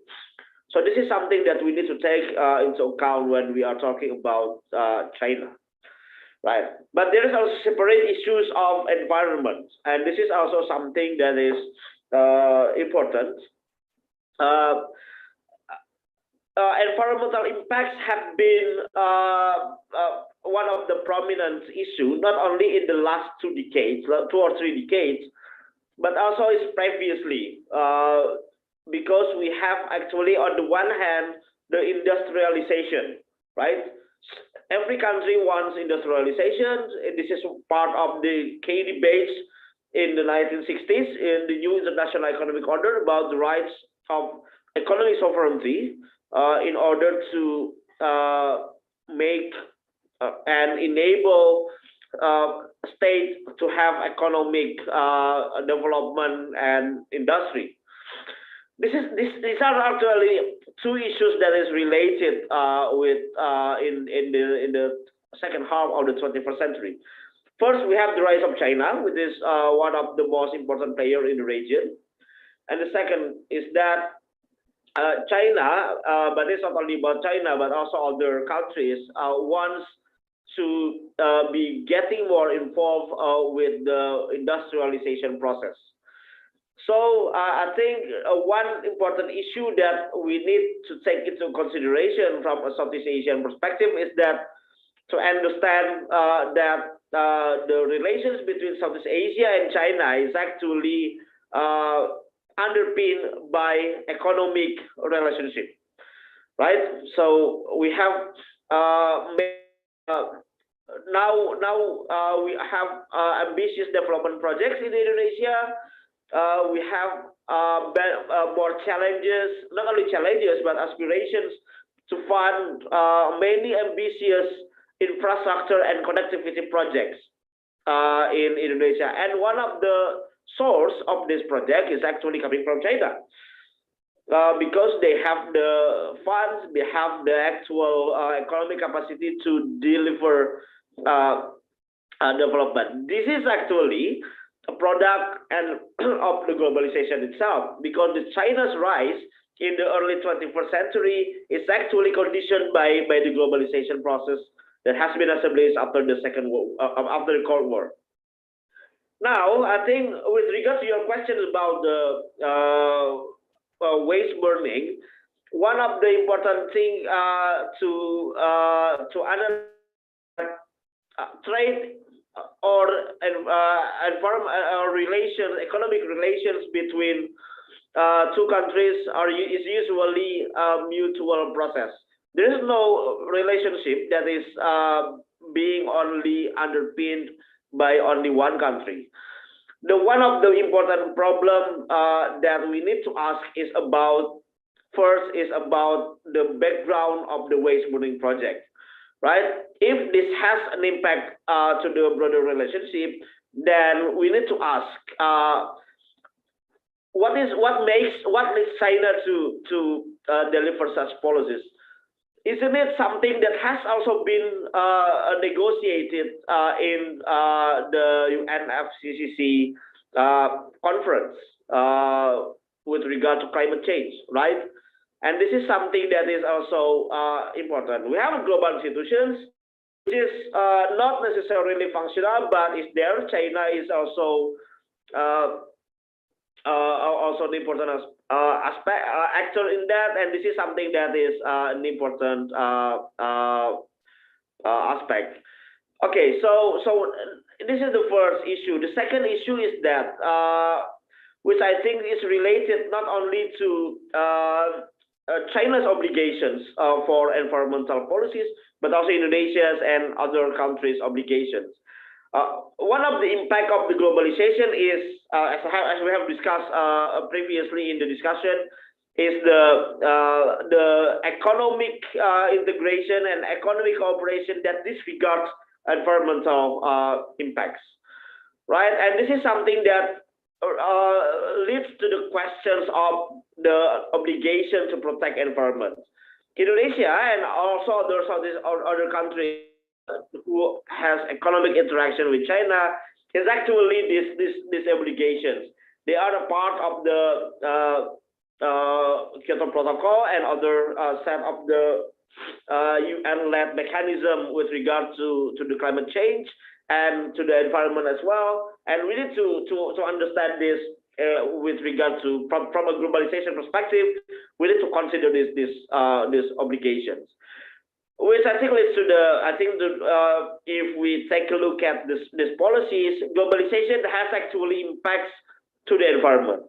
The question is whether or not countries are actually responsible, and responsibility here is not only about moral responsibility, but also legal responsibility as a member of United Nations and as a member of the UN mechanism related to environment. I hope this answers your questions.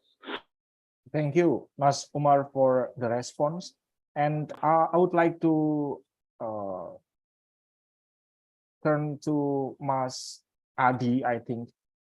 I don't know, do you agree or not that this kind of problem, environmental problem regarding the climate change and also the waste imports can be categorized as one of the transnationalism threats? I don't know if do you think is it can be categorized or not?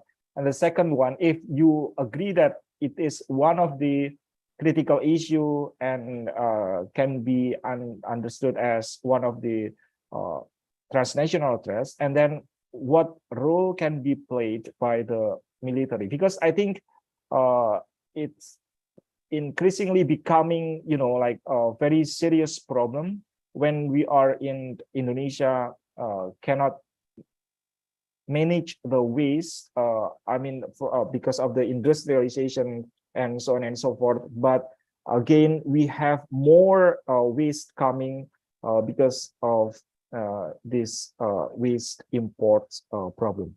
What do you think, Mas Adi? Oh, okay. Thanks, Mas Yohanes. Definitely waste problems is it's gonna be, I will say it's included also in the transnational challenges. However, if we say that do we need the military to play a role in this case? I don't think so for now.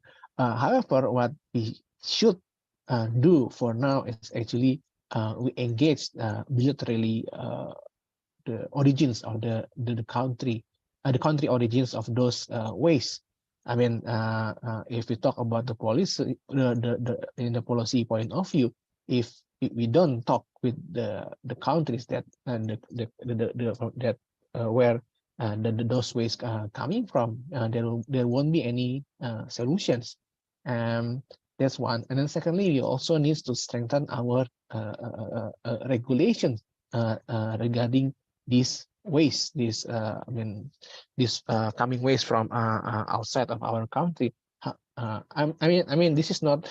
I'm not familiar with this field. However, we need also to strengthen. I believe we need to strengthen the regulations. If we already have the regulation in place, then the next step will be the implementations.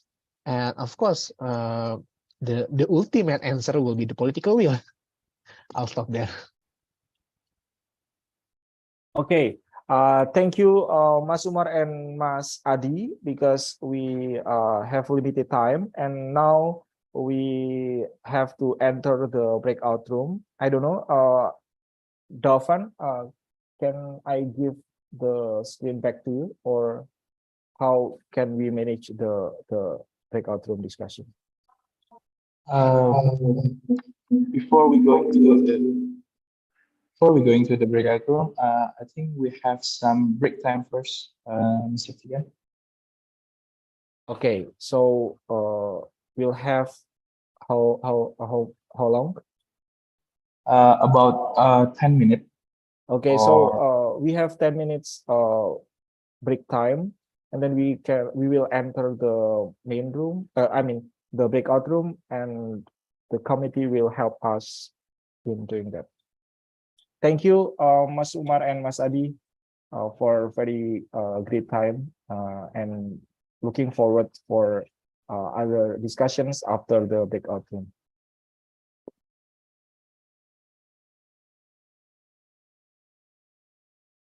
Okay, thank you so much, Mr. Tian, for the very insightful leading our discussion for today. And I can't wait for the further discussion with Dr. Ahmad and Dr. Ali too.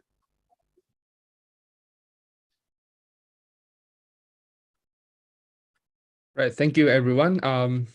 The material was really great and it was really enlightening, yeah, Daifan, yeah. And it combined with a really wonderful presentation actually by both of our speakers and also our moderator. And friends, we actually have been here for an hour. At the time show that it's already 4:51 in Indonesia time. Since the majority of us from Indonesia, let's take some break for Asar prayer. The break will be 10 minutes, so the session will start again at 5:05 p.m. Indonesia time. Let's have some short break, guys. All right. See you guys at 5:05.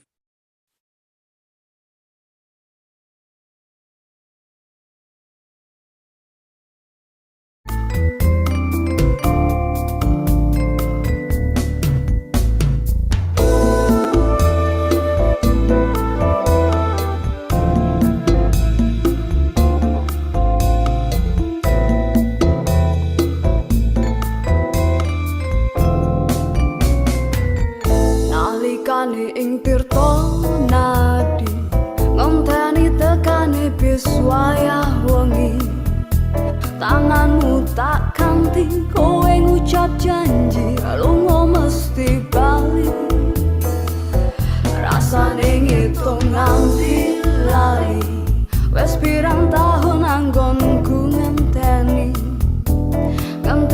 sliramu ning kene tak tunggu nganti saelingmu mongso rendang wis ganti ketika apa kowe ra krasa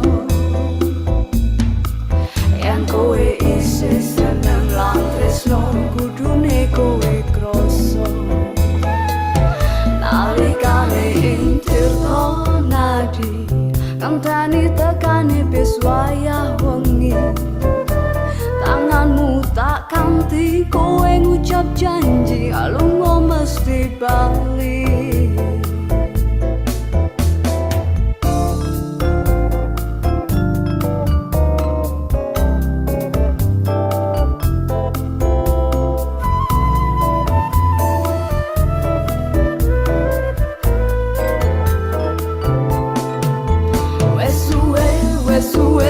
Wesuwe kangen sing tak rasake rasane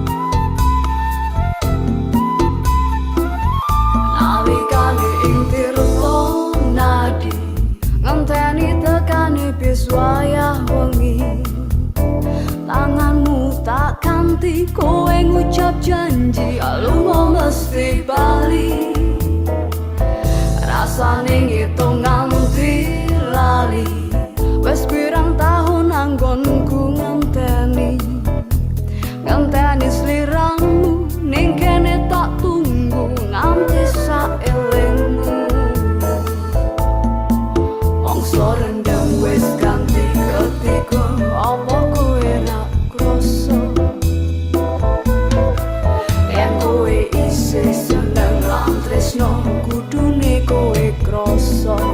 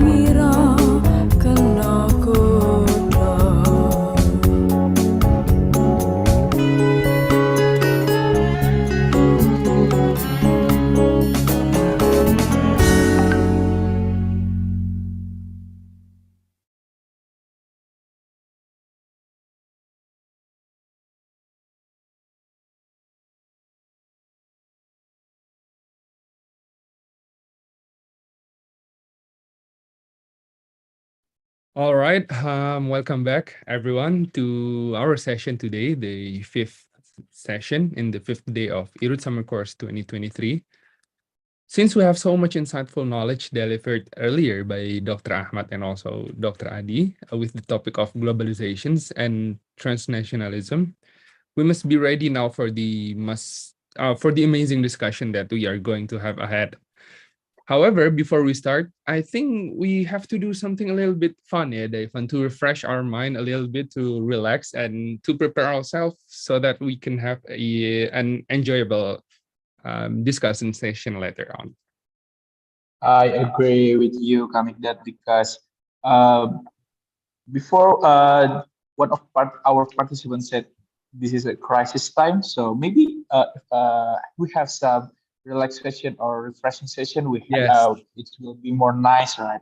exactly. And what I'm sure everyone here will be delighted to have like a little bit starting with a game before we start any discussion.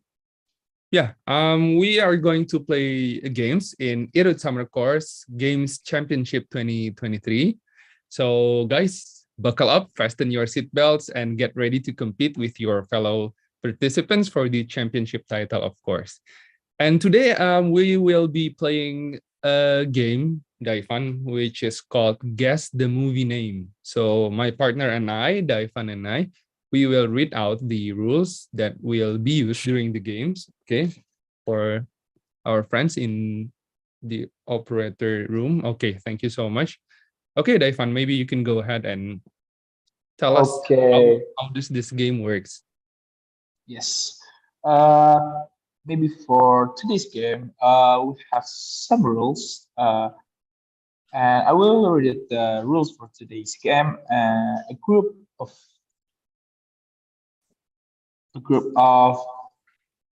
will be a group of screenshot in any scene of the film will be displayed on the screen.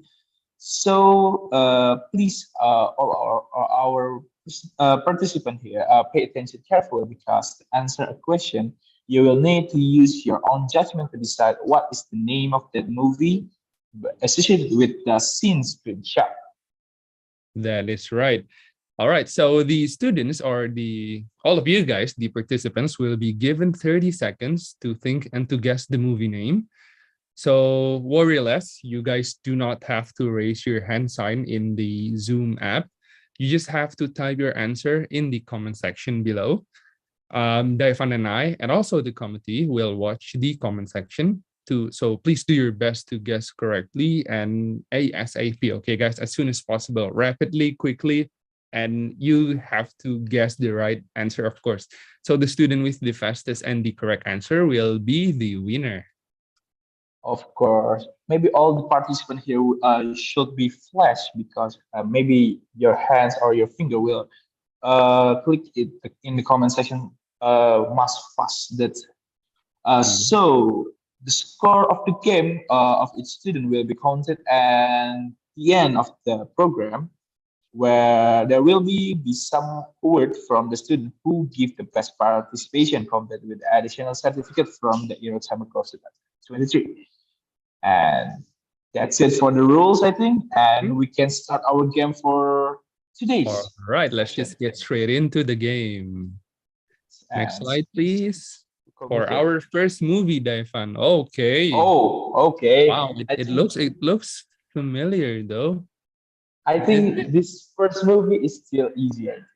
Yeah, I can see who's that. Who's the actor and the actress? I can really Yeah, see. this actor is phenomenal, I think. It looks like a really old movie, yeah. An old movie. Yeah, of I course. think. Uh, So okay, okay, in the maybe we comment can. section below, Wow, the I'll read. comment section is flooded Yeah, by your comment. Wow, this is amazing actually. yeah, See how many excited answer. you are for the game. Okay, okay, Yeah, okay. So we have the answer I already, think, Daifan. yeah, maybe committee, please share screen the answer for this first movie. All right. So what's the answer? The answer is Uh, Titanic. All right. yeah, So I I think think this, here in my yeah, screen, I think Hiskia Abednego Yeah, guessed the right answer. Yeah. Lao but Tzu we don't actually, know. Lao Tzu But we almost don't got it know. right. But we don't know. Maybe the committee has the. Maybe the committee will be Right. We'll give us just give the. the Yes. judgment to our friends in the committee. Okay, let's just get straight into the next question. Okay. Okay. Straight to the Next next slide, movie. please. Committee. Committee. Oh, wow. Actually, I Okay. don't think I've ever seen this movie before. Okay, Are you okay, sure you've never seen this movie? I think it's familiar okay. too. I can. Wow. Some of the. Okay, one of the participants. Oh, it's the committee that says GGS. Oh, Okay, I think that's a Indonesian. that's a quite unique answer, I might say. Yeah. Okay, who's this? Oh. Robert Pattinson, yeah, if I'm not mistaken. The one who played in The Last Uh, Batman. Have you watched that movie yet, Daifan? in the last movie, I'm not watched it yet, but I Mhm. think in this movie, I think I'm already watched it. Okay. All right. Okay, All right. I think maybe that's enough, yeah, we. for the clue. Yeah, yeah. I think the committee have the winner too for this Yeah. Yeah. second movie. Yeah, Mm-hmm. maybe we're going to the next movie, third movie. Okay, so what's I'm the sorry for answer? the answer first. Yeah, Yes. sorry. I'm so What's the sorry. answer for this one, for We're this going to the question? answer first. Yes, please, committee. Mm-hmm. Oh, it's finally. Okay, I Wow. did. Many participants here correctly answered the movie, right? Mm-hmm. I think most people have seen this movie. I'm being brutally honest. I've never seen this one before. Except the committee, right? Never Except the Yeah. committee. All right. All right, Okay, Evan. Next question. we're going to the next. We're going to the next. Okay. Oh, someone said this is oh, wow. This is actually my one of my favorite movie of all time. Well, It's an old movie this. as well. I think, yeah, I think our speakers, Yeah, Dr. yeah. Rizky and Dr. Ahmad can actually, Dr. Umar can actually, can relate Actually, with this movie, I think. Yeah, Mr. actually, Adi, this. maybe do you want to say something about this movie? But don't spoil the title yet, yeah, Mr. Adi. Okay. Okay, I people, think. yeah, all the participants have given their guess Yeah, and this is action around movie, but 280 days. there's a Okay. lot of comedy too. Rush Hour. Okay. Ooh, we have so many answers. Wow, I Wrong. really love the excitement that we have here. Yeah, Devon. Yeah, yeah, yeah. Of course, of course. Hmm. Around the world Okay. in 80 days. Really, is it Rush Okay. Hour? I don't know. Is it Rush Hour, Yeah. Devon? We don't know yet. Yeah. We don't know. We don't know. We don't know the Mhm. answer. Okay, let's just And go into the uh, answer. we just Let's see the answer. reveal the answer.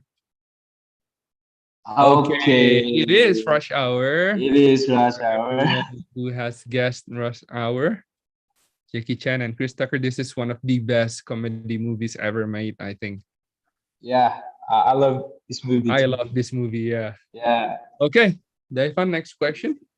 We're going to the next movie. Mm-hmm. Ooh, what's Okay. this? It's Mm-hmm. interesting movie, I think. Yeah, it looks like a circus or something. Don't you think? Yeah, I think it's kind I can, of romance yeah, or something. I can see Hugh Jackman there. I can see Zac Efron there. Ooh, what's this? If we read in the comment section, there's Mm. the Greatest Showman, Christmas Mm, Showman, Bridgerton. uh, Someone said Pagelaran Bridgerton. Sirkus, Okay, someone others said Umbrella Academy. I can see Bridgerton. the British Showman. Christmas. Wow. Okay. Okay, I think already enough. Yeah. Okay. Yeah. I think it's Already, enough. yeah, Okay. Let's get. already many answer in the comment section. Let's Maybe move we on to wait. the answer. Yes, sir. Okay, committee, Reveal the please. winner, please. Fill the answer, please. The Greatest Okay, the Showman. show. Wow. A million dreams are keeping me awake. Wow. That's a really good quote, actually. Yes. I haven't seen this movie as well, by the Um, way. I think, but this is a great movie too. Like I us. bet it is. Yeah, it looks good. Yeah, I think it's even though this film is viral, it fast. Yeah, Mhm. It was quite viral back then, yeah. yeah. Okay, for And the last question, Daifan, I think the fifth the, and the the last, last movie, right? The last movie. last movie for you guys to Yes. guess. So for those of you who haven't get the chance to answer correctly, we still have one more One chance. more Okay. challenge. Oh wow. Okay. I think this is not a Hollywood movie. They I look think. Korean. Yeah. This look like Korean. Yeah. Interesting. Okay. You know, Let's read it at the comment section. mm-hmm.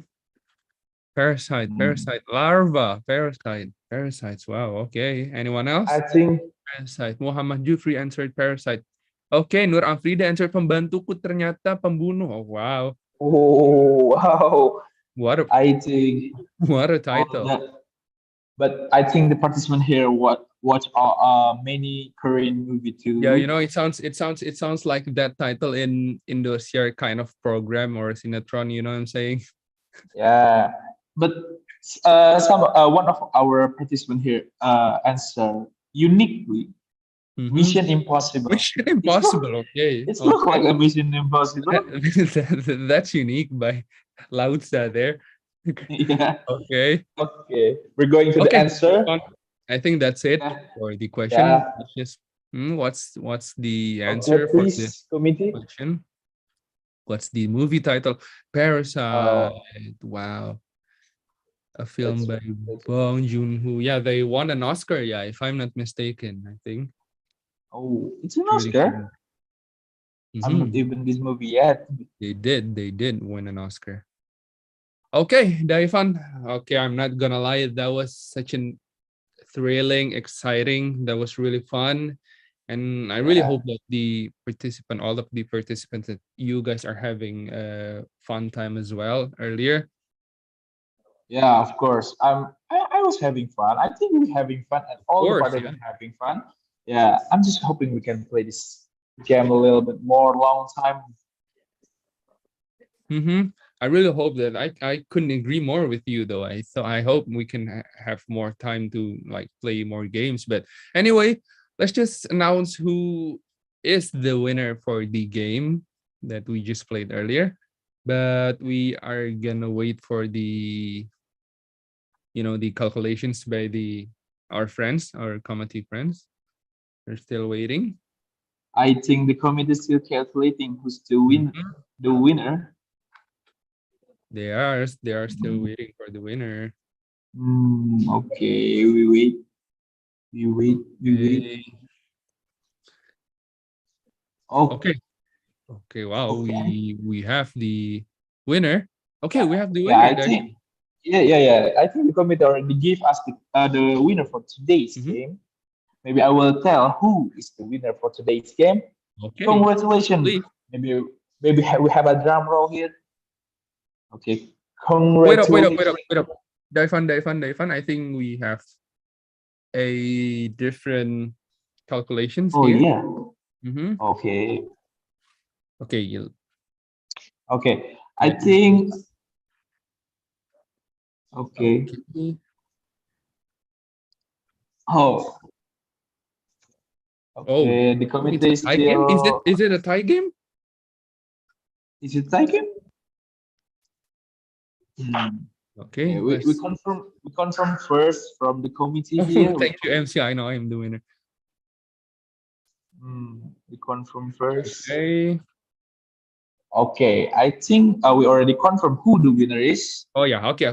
Fine, Daifan. We have the winner. Yes, I think. Okay, we have drum roll here. Congratulations for winning. Woo! Uh, Give it a clap for winning, yeah, everyone. as the first winner, and Yes, for the sir. second winners, we get Hiskia, Mm-hmm. and for the third winner is Cesar Saitaran. Rani. Yeah, Cesar Rani. Yeah, that's Congratulations to all the winning. winner. You Roll. are the winner of this game session. Mhm. Guess the movie. For those who don't get the winner for today, I think you can get the winner for next time. Okay. Yep. Congratulations winning, for winning the games. And I think that's it, guys, for the game session. Hello, am I audible? Yes, you are. Okay, thank you so much, Mastian. Okay, so it was such an enjoyable games, and thank you so much.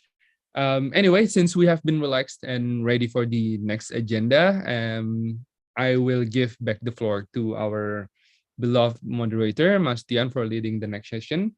By the way, Mastian, I just got news from the committee that there will be no breakout room, so we're just going to do it collectively here as a whole. Okay. Um, to Mastian, the time and screen are yours. Okay, thank you, Migdat. So I will give this session for, I think we're gonna have Q&A.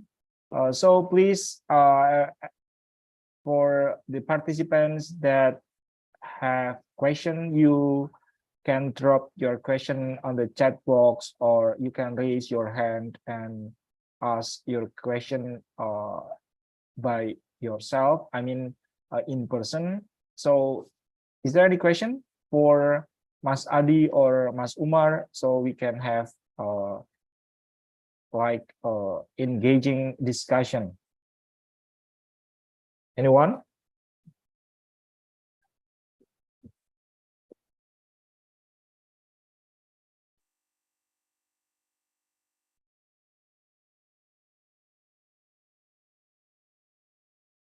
Okay, maybe I will ask first to Mas Adi. I just wondering about the, Mas Adi has mentioned about the superiority or the potential of the Indonesian National Armed Forces, or TNI, in combating the transnational threats, because they have the territorial command structure, they have warfare capability, they have combat ready manpower. Uh, uh, but I just wondering, what do you think about the succeed of TNI in supporting the government when we are handling the COVID-19 pandemic, and in what condition you think that this is the main contribution of TNI? Okay.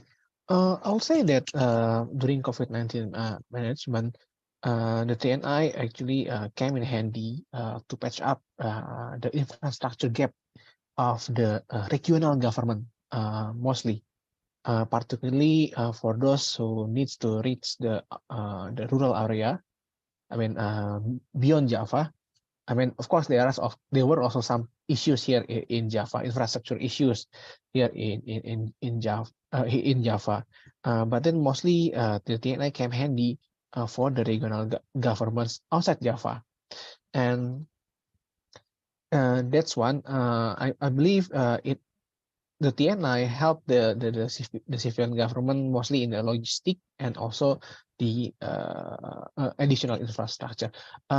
But the thing is, of course, there were also some issues, and it's mostly about the how the overuse of the TNI, which actually indicated that there is a problem with our civilian. There is a problem with the civilian sites. I mean, we need also to probably evaluate the Indonesian government capability to reach the outer islands. It's I mean the TNI is there, but the TNI's main job is not to handle all those. I mean, not to handle the non-defense affair to become their daily activities. Their primary activity is to defend the country. But of course, in some urgent situations, that the TNI can be deployed to overcome the issues. Okay, I'll stop there. Okay, thank you, Mas Adi. And we have two questions from Alvin Morrison. The first question is there any potential backlash against globalization in certain regions or among specific demographic groups? And what are the underlying reasons driving such sentiments?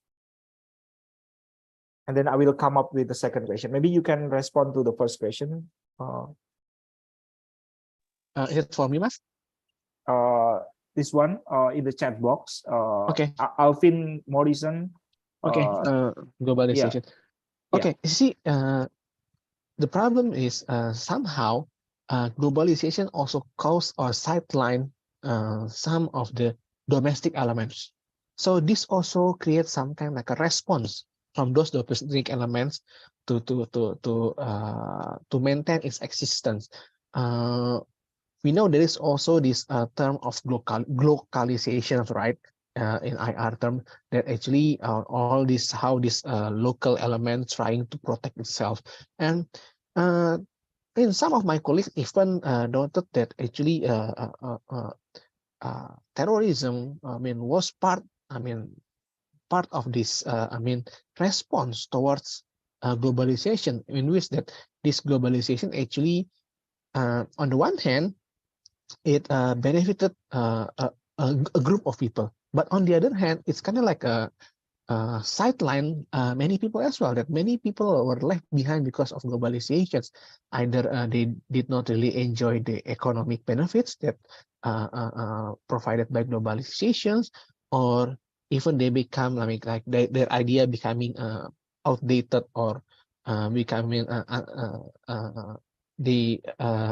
becoming something like they no longer become they are no longer in the center stage. So of course, there will be always these reactions against globalization, because globalization absolutely did not or do not benefit all parties. Thanks. So always there are tensions between some parties affected by this kind of globalization process. Thank you, Mas Adi. And I will give the opportunity to Cesarani Ariningdia. You may open your mic and ask your question in person, please, Cesarani. Yes. Am I audible? Yes, you are. Okay, thank you for the opportunity to ask a question. So I've been meaning to ask for Mas Adi regarding with this, because there has been confusion that I had in mind when it comes to military and counterterrorism and transnational threats. So recently when I read into a history book regarding with historical moment in around 19, the problem of Timor, and also the current problem right now about the Papua movement regarding with terrorism. My question is, when it comes at the problem in Timor, Indonesia tends to be a nation that's been condemned by so many countries, because then we thought as heavily crimes such as genocide, and entitled as the violation regarding with human rights, due to Indonesian military try to protect, for example, the territorialism, which is Timor, but then in the regime change, the third president changed, so Timor is like giving freedom by the third president. My question is, why when it comes to military movement, when it comes to Timor, a movement like that, Indonesia considered as a nation that violent against human rights, but when it comes to strengthening territorial in Papua, Indonesia is considered as somewhat right on protecting territorial. Yeah, thank you for the question. Sesarani, please, Mas Adi, you may respond to the question. Okay, Mbak Cesare, it's a very tough questions. And it's very interesting to see or comparing these two cases. Okay, first of all, we need to see the context first. The context at the time during Timor-Leste case. I mean, even since the beginning, when the East Timor joined Indonesia, the nature of the event was already controversial. That's one, and it's quite different with what happened in Papua. And secondly, we need also to see in the context at the time Indonesia was in the time of transitions, and East Timor was put into the highlight, and it was practically Indonesia, I would say, lose its control. I mean, there was no government even in the Timor-Leste at that time. So Indonesia did fail to ensure the security of its own citizen at the time. There is the security of East Timorese, and it's become an issue at it. And then in the case of Papua itself, it's interesting.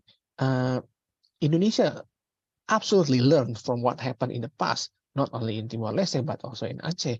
And in the case of Papua, the Indonesian government tried to mix the approach from like the humanitarian approach and also the coercive approach. And I would say that this gives some kind of like a mixed results and even mixed perception about what's happening in Papua. Of course, many activists have condemned or criticized the Indonesian government that still some human rights abuses appeared in Papua. However, we see that the Indonesian government actually learned from what happened in Timor-Leste and also in Aceh to handle what's happening in Papua right now. Also, thanks. Thank you, Mas Adi. Sesarani, do you have a follow-up question? No, thank you. I think that's all. Thank you for the answer. Okay, thank you, Sesarani. Welcome back, Mas Umar. Sorry, I had something to do. It's okay, no worries. And maybe I will give Mas Umar the question from Alvin to respond the first question. Is there a potential backlash against globalization in certain regions or among specific demographic groups, and what are the underlying reasons driving such sentiments? Mas Umar, are you ready to respond to this question? Yes.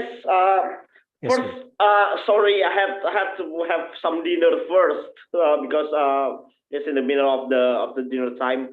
Yes, it's okay, Mas. Yeah. The question about backlash.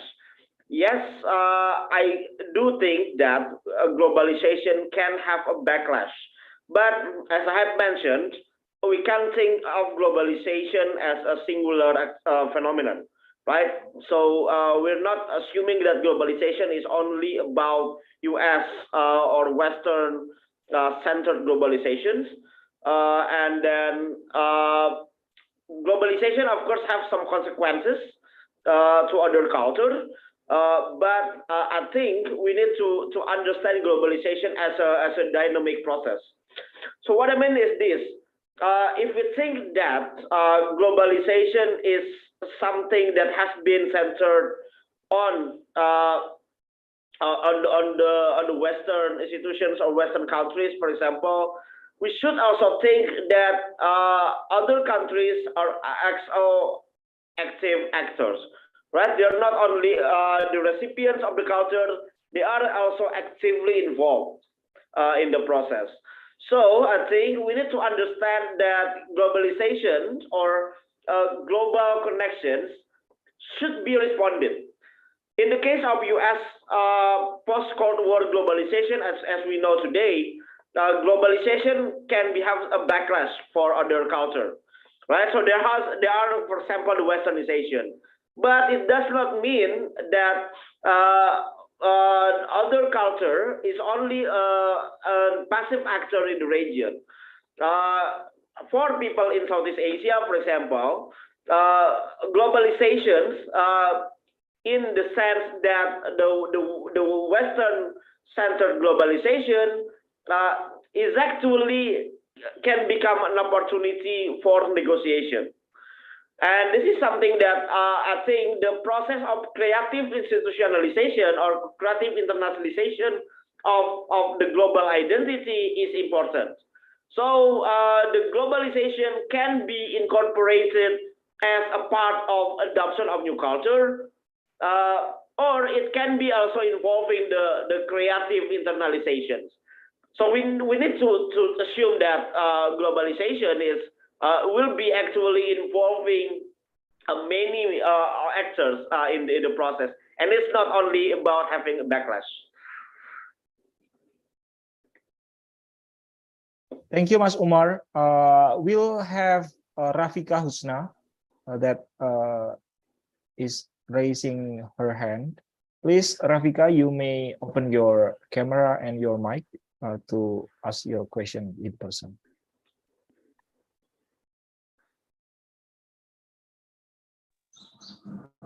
Thank you, sir. Okay, thank you for giving me time to answer it, to give my opinion. And I would like to give my opinion and have a question.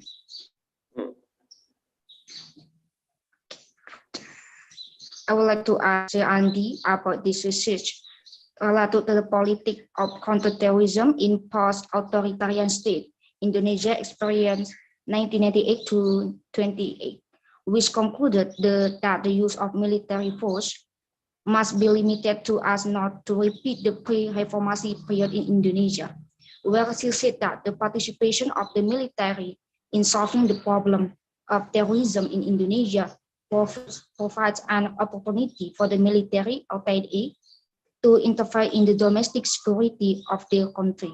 In my opinion, the participation of the TNI or military in dealing with terrorism in Indonesia is the right thing to do. Why?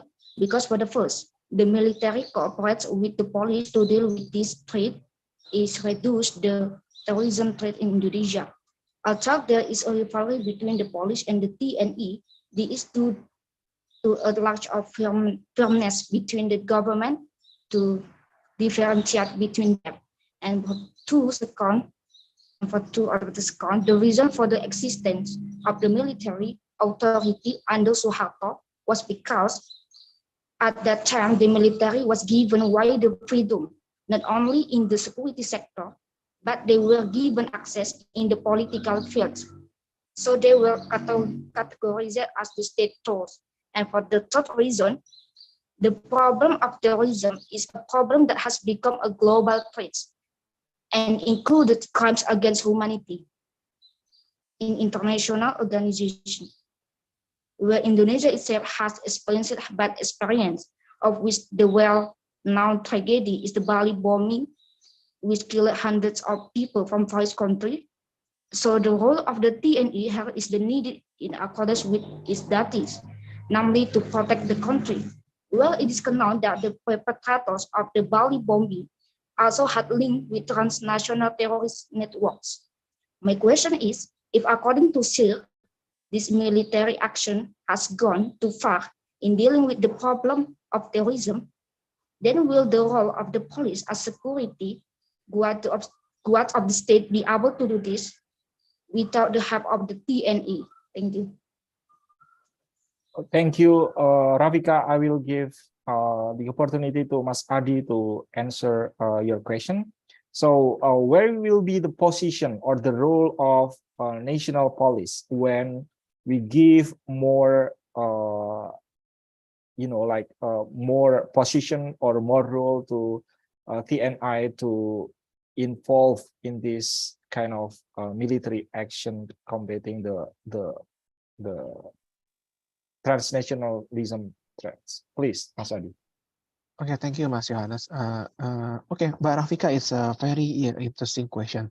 Actually, I always encourage these issues in my head ever since I started to do research on counterterrorism. So striking the balance between the police, the role of the police and the role of the military. But absolutely, we did Indonesia embrace reform back in 1998 and embark on the separations between the police and the military. There is the separation. There is the different differentiations between the role of the police and the military. And here's the thing: terrorism is can fall falls actually in the intersections between these two sections between the defense and also the internal security. But the thing is, again, we need to also see what's happening in the field. First, what we face, I mean, most of these terrorist groups are actually kind of like, they exist within the society, and we need to know that there is a different mentality between the police and the military in handling this case, in handling their day-to-day jobs. And secondly, we need also to remember about the rules that have been established in Indonesia, in which that the police should be or is the one that lead the internal security duty. But of course, the military can complement this role, and even in some cases, the military has to step up to patch up the gap or to in order to provide a more efficient and even effective counterterrorism task force. Okay, I'll stop there. Thanks. Thank you, Mas Adi. Maybe my follow-up question is, when we give more roles to the military forces or TNI to step up or to accelerate the action toward like some crisis, what aspects do you think that that we believe they will not they will not exceed their limitation? I mean, because given the situation of 1998, when we have a very sad tragedy in 1998 in that situation, what aspects then? Okay, we believe that the NI will not exceed the border. They will do the right job, and they will help us accelerating the situation to combat or to deal with the crisis. Yes, Mas.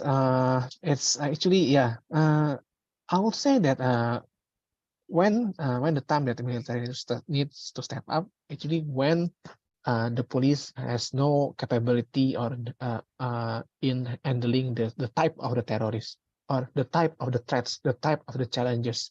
So when it's also including with the other transnational challenges, when the civilian institutions or has limited capabilities and requires, and the military has the capability to do it or to patch the gap, then it should be the time for the military to come in.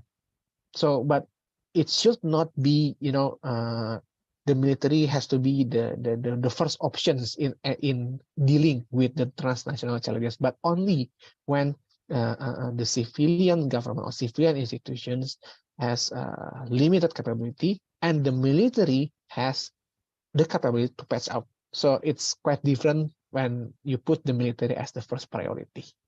Also, then. Okay, thank you, Mas Adi. We'll still have the second question from Alvin. The second question is, I will give this to Mas Umar first. To what extent does globalization exacerbate income inequality, both within and between countries? And what are the underlying mechanisms driving these disparities? Thank you very much. It's a great question. If you take a look at the works by economists like Emmanuel Saez, Thomas Piketty, or Gabriel Zucman, I think we can see the clear evidence that globalization or the global connections after the Cold War is actually exacerbating. First, it's about regional inequalities, and also the second question is about income inequalities, where the concentration of wealth is actually come in the hands of some people, and it's also related to the contradictions of the neoliberal economic integrations, which has been the driving force of the globalization after the Cold War. So this is the if we take a look at the globalizations in this context, there is a clear evidence that globalizations also exacerbate some income inequalities. And you can take a look the works of Emmanuel Saez, Stefani Stancheva, also one of leading young economists. I think she's now a professor at MIT. Also brings the question. One new article from Gabriel Zuckman, Emmanuel Saez, and Thomas Piketty also mentioned that with regard, for example, to the rise of the offshore tax haven, right? With some Indonesian rich people actually listed in the offshore tax haven itself, and it's actually exacerbating income inequalities. However, and I think this is something that that we can actually look at in the contemporary era.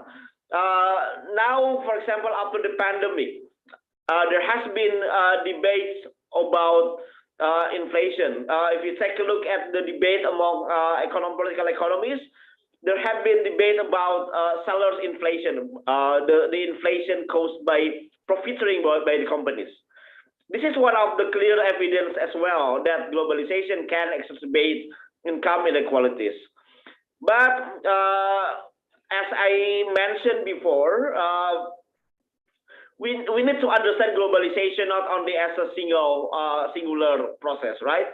So I think the question from Alvin is exactly related to the post-Cold War globalization.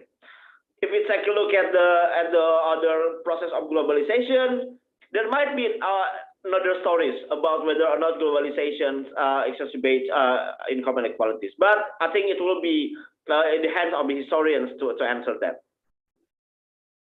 Thank you, Mas Umar. I think will be the last question for our Q&A from Tiara Puspita. Tiara, would you like to give your question in person, or may I read your question? Okay, I think I will read your question. Is there any possibilities in the future that status or hierarchy of a country could be defined by how it reached the globalization and building their transnationalism relation among the countries? Mas Adi, you may maybe respond to the question first. Okay, it's a very tough question as well, and it's very interesting. I mean, if we talk about the current globalizations, I mean, the one that Mas Umar has presented, has discussed before, I will say that it's actually related with the current international order. Am I right? Right, Mas Umar? Yeah. So, but sorry, I have maybe a more pessimistic view about the current situations.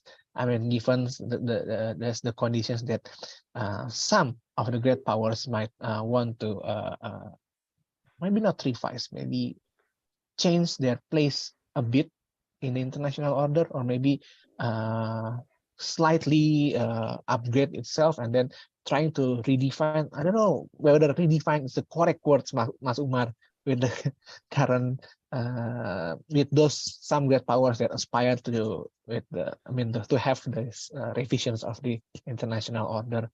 But I still have a pessimistic view that probably not necessarily those countries have to have the same view with the current international system in the current, but the thing is, of course, if you want to rise in the current order, you need to comply with the current system, right? Okay, I'll stop there. Thank you, Mas Adi. Mas Umar. Okay, thank you, Mas. I think Mas Adi has mentioned some of the important insights about the current international order. Let's see that our globalization now is defined by the United States, right? So the world order that we take for granted today is the one that has been inherited after the Cold War with the United States as the great power. And now somehow after the global financial crisis, China came along the way. They established their economic status, and then they established some geopolitical and geoeconomic projects. Russia, the old and the gliding great power, also wants to revive their and reclaim their status, and we are now in the process of the contestations between two great powers, right? And this is something that is underpinning our contemporary international politics. However, I think, and there are some research that has been conducted at this context. In the recent special issue of International Affairs, the International Affairs Journal, I can cite the link here. There's one research from two Chinese researchers, Dr. Ronan Liu and Yang Songpo from Peking University. And their argument is actually interesting, that China does not actually want to revise international order, right? They want to have more points. They want to. They have a different view, of course, from the United States, but they don't want to revise the international order simply because they are benefiting from this kind of international order. So I think this is something that is important to us. And there to answer to your questions. First, the status. The globalization also provides an opportunity for a particular country to enhance their status, right? And this is something that China has been doing through the economic rise with the geopolitical and geoeconomic projects. Russia seems to do that by taking a lower profile, but they want to reclaim some influence that they had in the past in the Eastern Europe. So that's why they invade Ukraine right now. But this actually, if we take a look at this international order at the moment, we are still playing in the role of the game that has been defined by the United States since the Cold War, which I don't think it will give any change, if that is the question. But I think there are some. If you take a look at the United States, the leadership of the United States is not actually that strong. There is a debate within the United States itself whether they want to maintain their great power status, and this is something that is. I think if we take a look at the globalization, we should not overemphasize the United States and take a look at the white actors that we are that are playing in the international order. I think this is my response to the question. But this is a great question, I think, and thank you very much.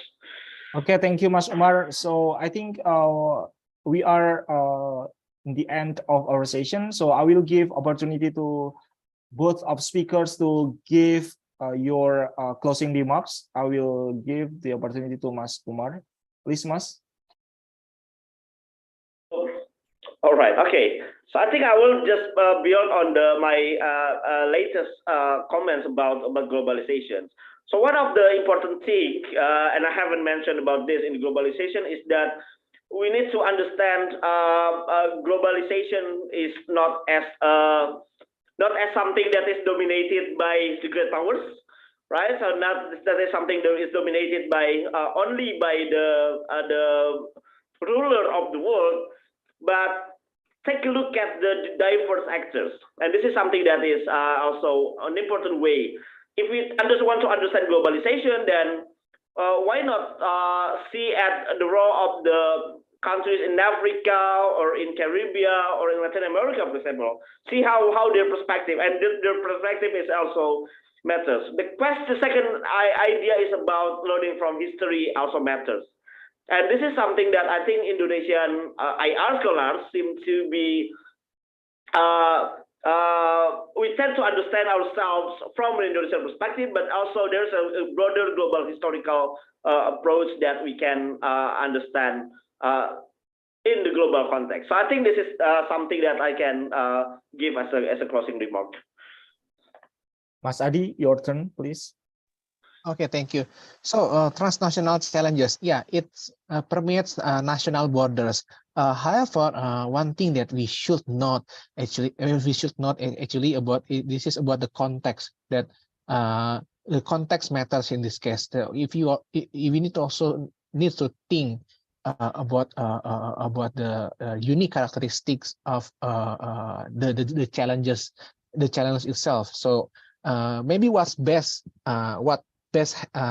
best practice in someone else might not be the best practice in other place. So that's the thing that we need to keep in mind. I'll stop there. Thank you for Mas Adi and Mas Umar for very great presentation, insightful knowledge that you have shared to us. And dear participants, let's give applause to our distinguished speakers for their valuable time. And I think I will give back my screen to the MCs, please. Okay, thank you very much to Mr. Tian. Ladies and gentlemen, we finally have reached the end of the event for today. Thank you so much to Dr. Ahmad and Dr. Adi for the insightful presentation. And thank you to Mr. Tian for leading our discussion for today's session. Okay, but wait a minute, Daifan. However, before we close today's agenda, let's take a moment.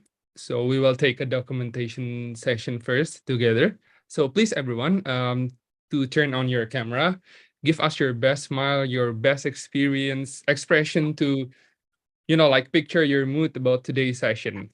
We will be waiting for like around a minute. So, okay, you can all start to turn your camera on. Okay, I've seen so many faces here now.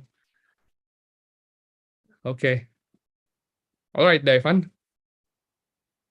Okay, maybe I will count 1 until 3 for documentation. Before that, I will ask to the committee, the committee is ready for the documentation for today? Are the committee ready? Okay, the committee are ready for the documentation. Maybe I will count 1 until 3 times. Okay, for the first documentation. 1, 2, 3. Okay, we're going to the next documentation. Give you the best smile again. 1, 2, 3.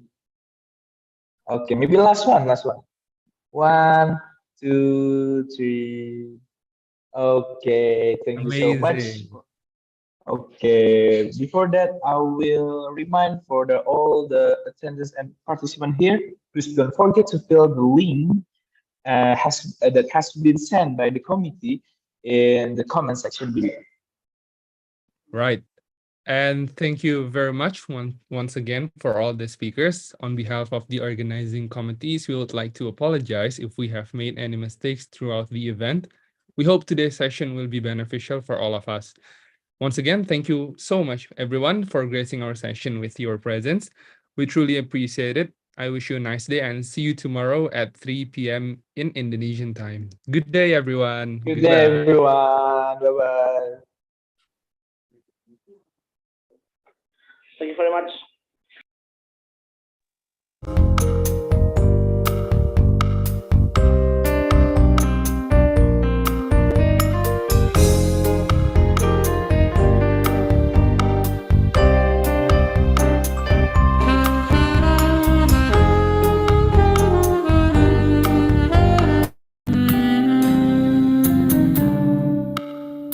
Ning stasiun balapan, kutha sing tak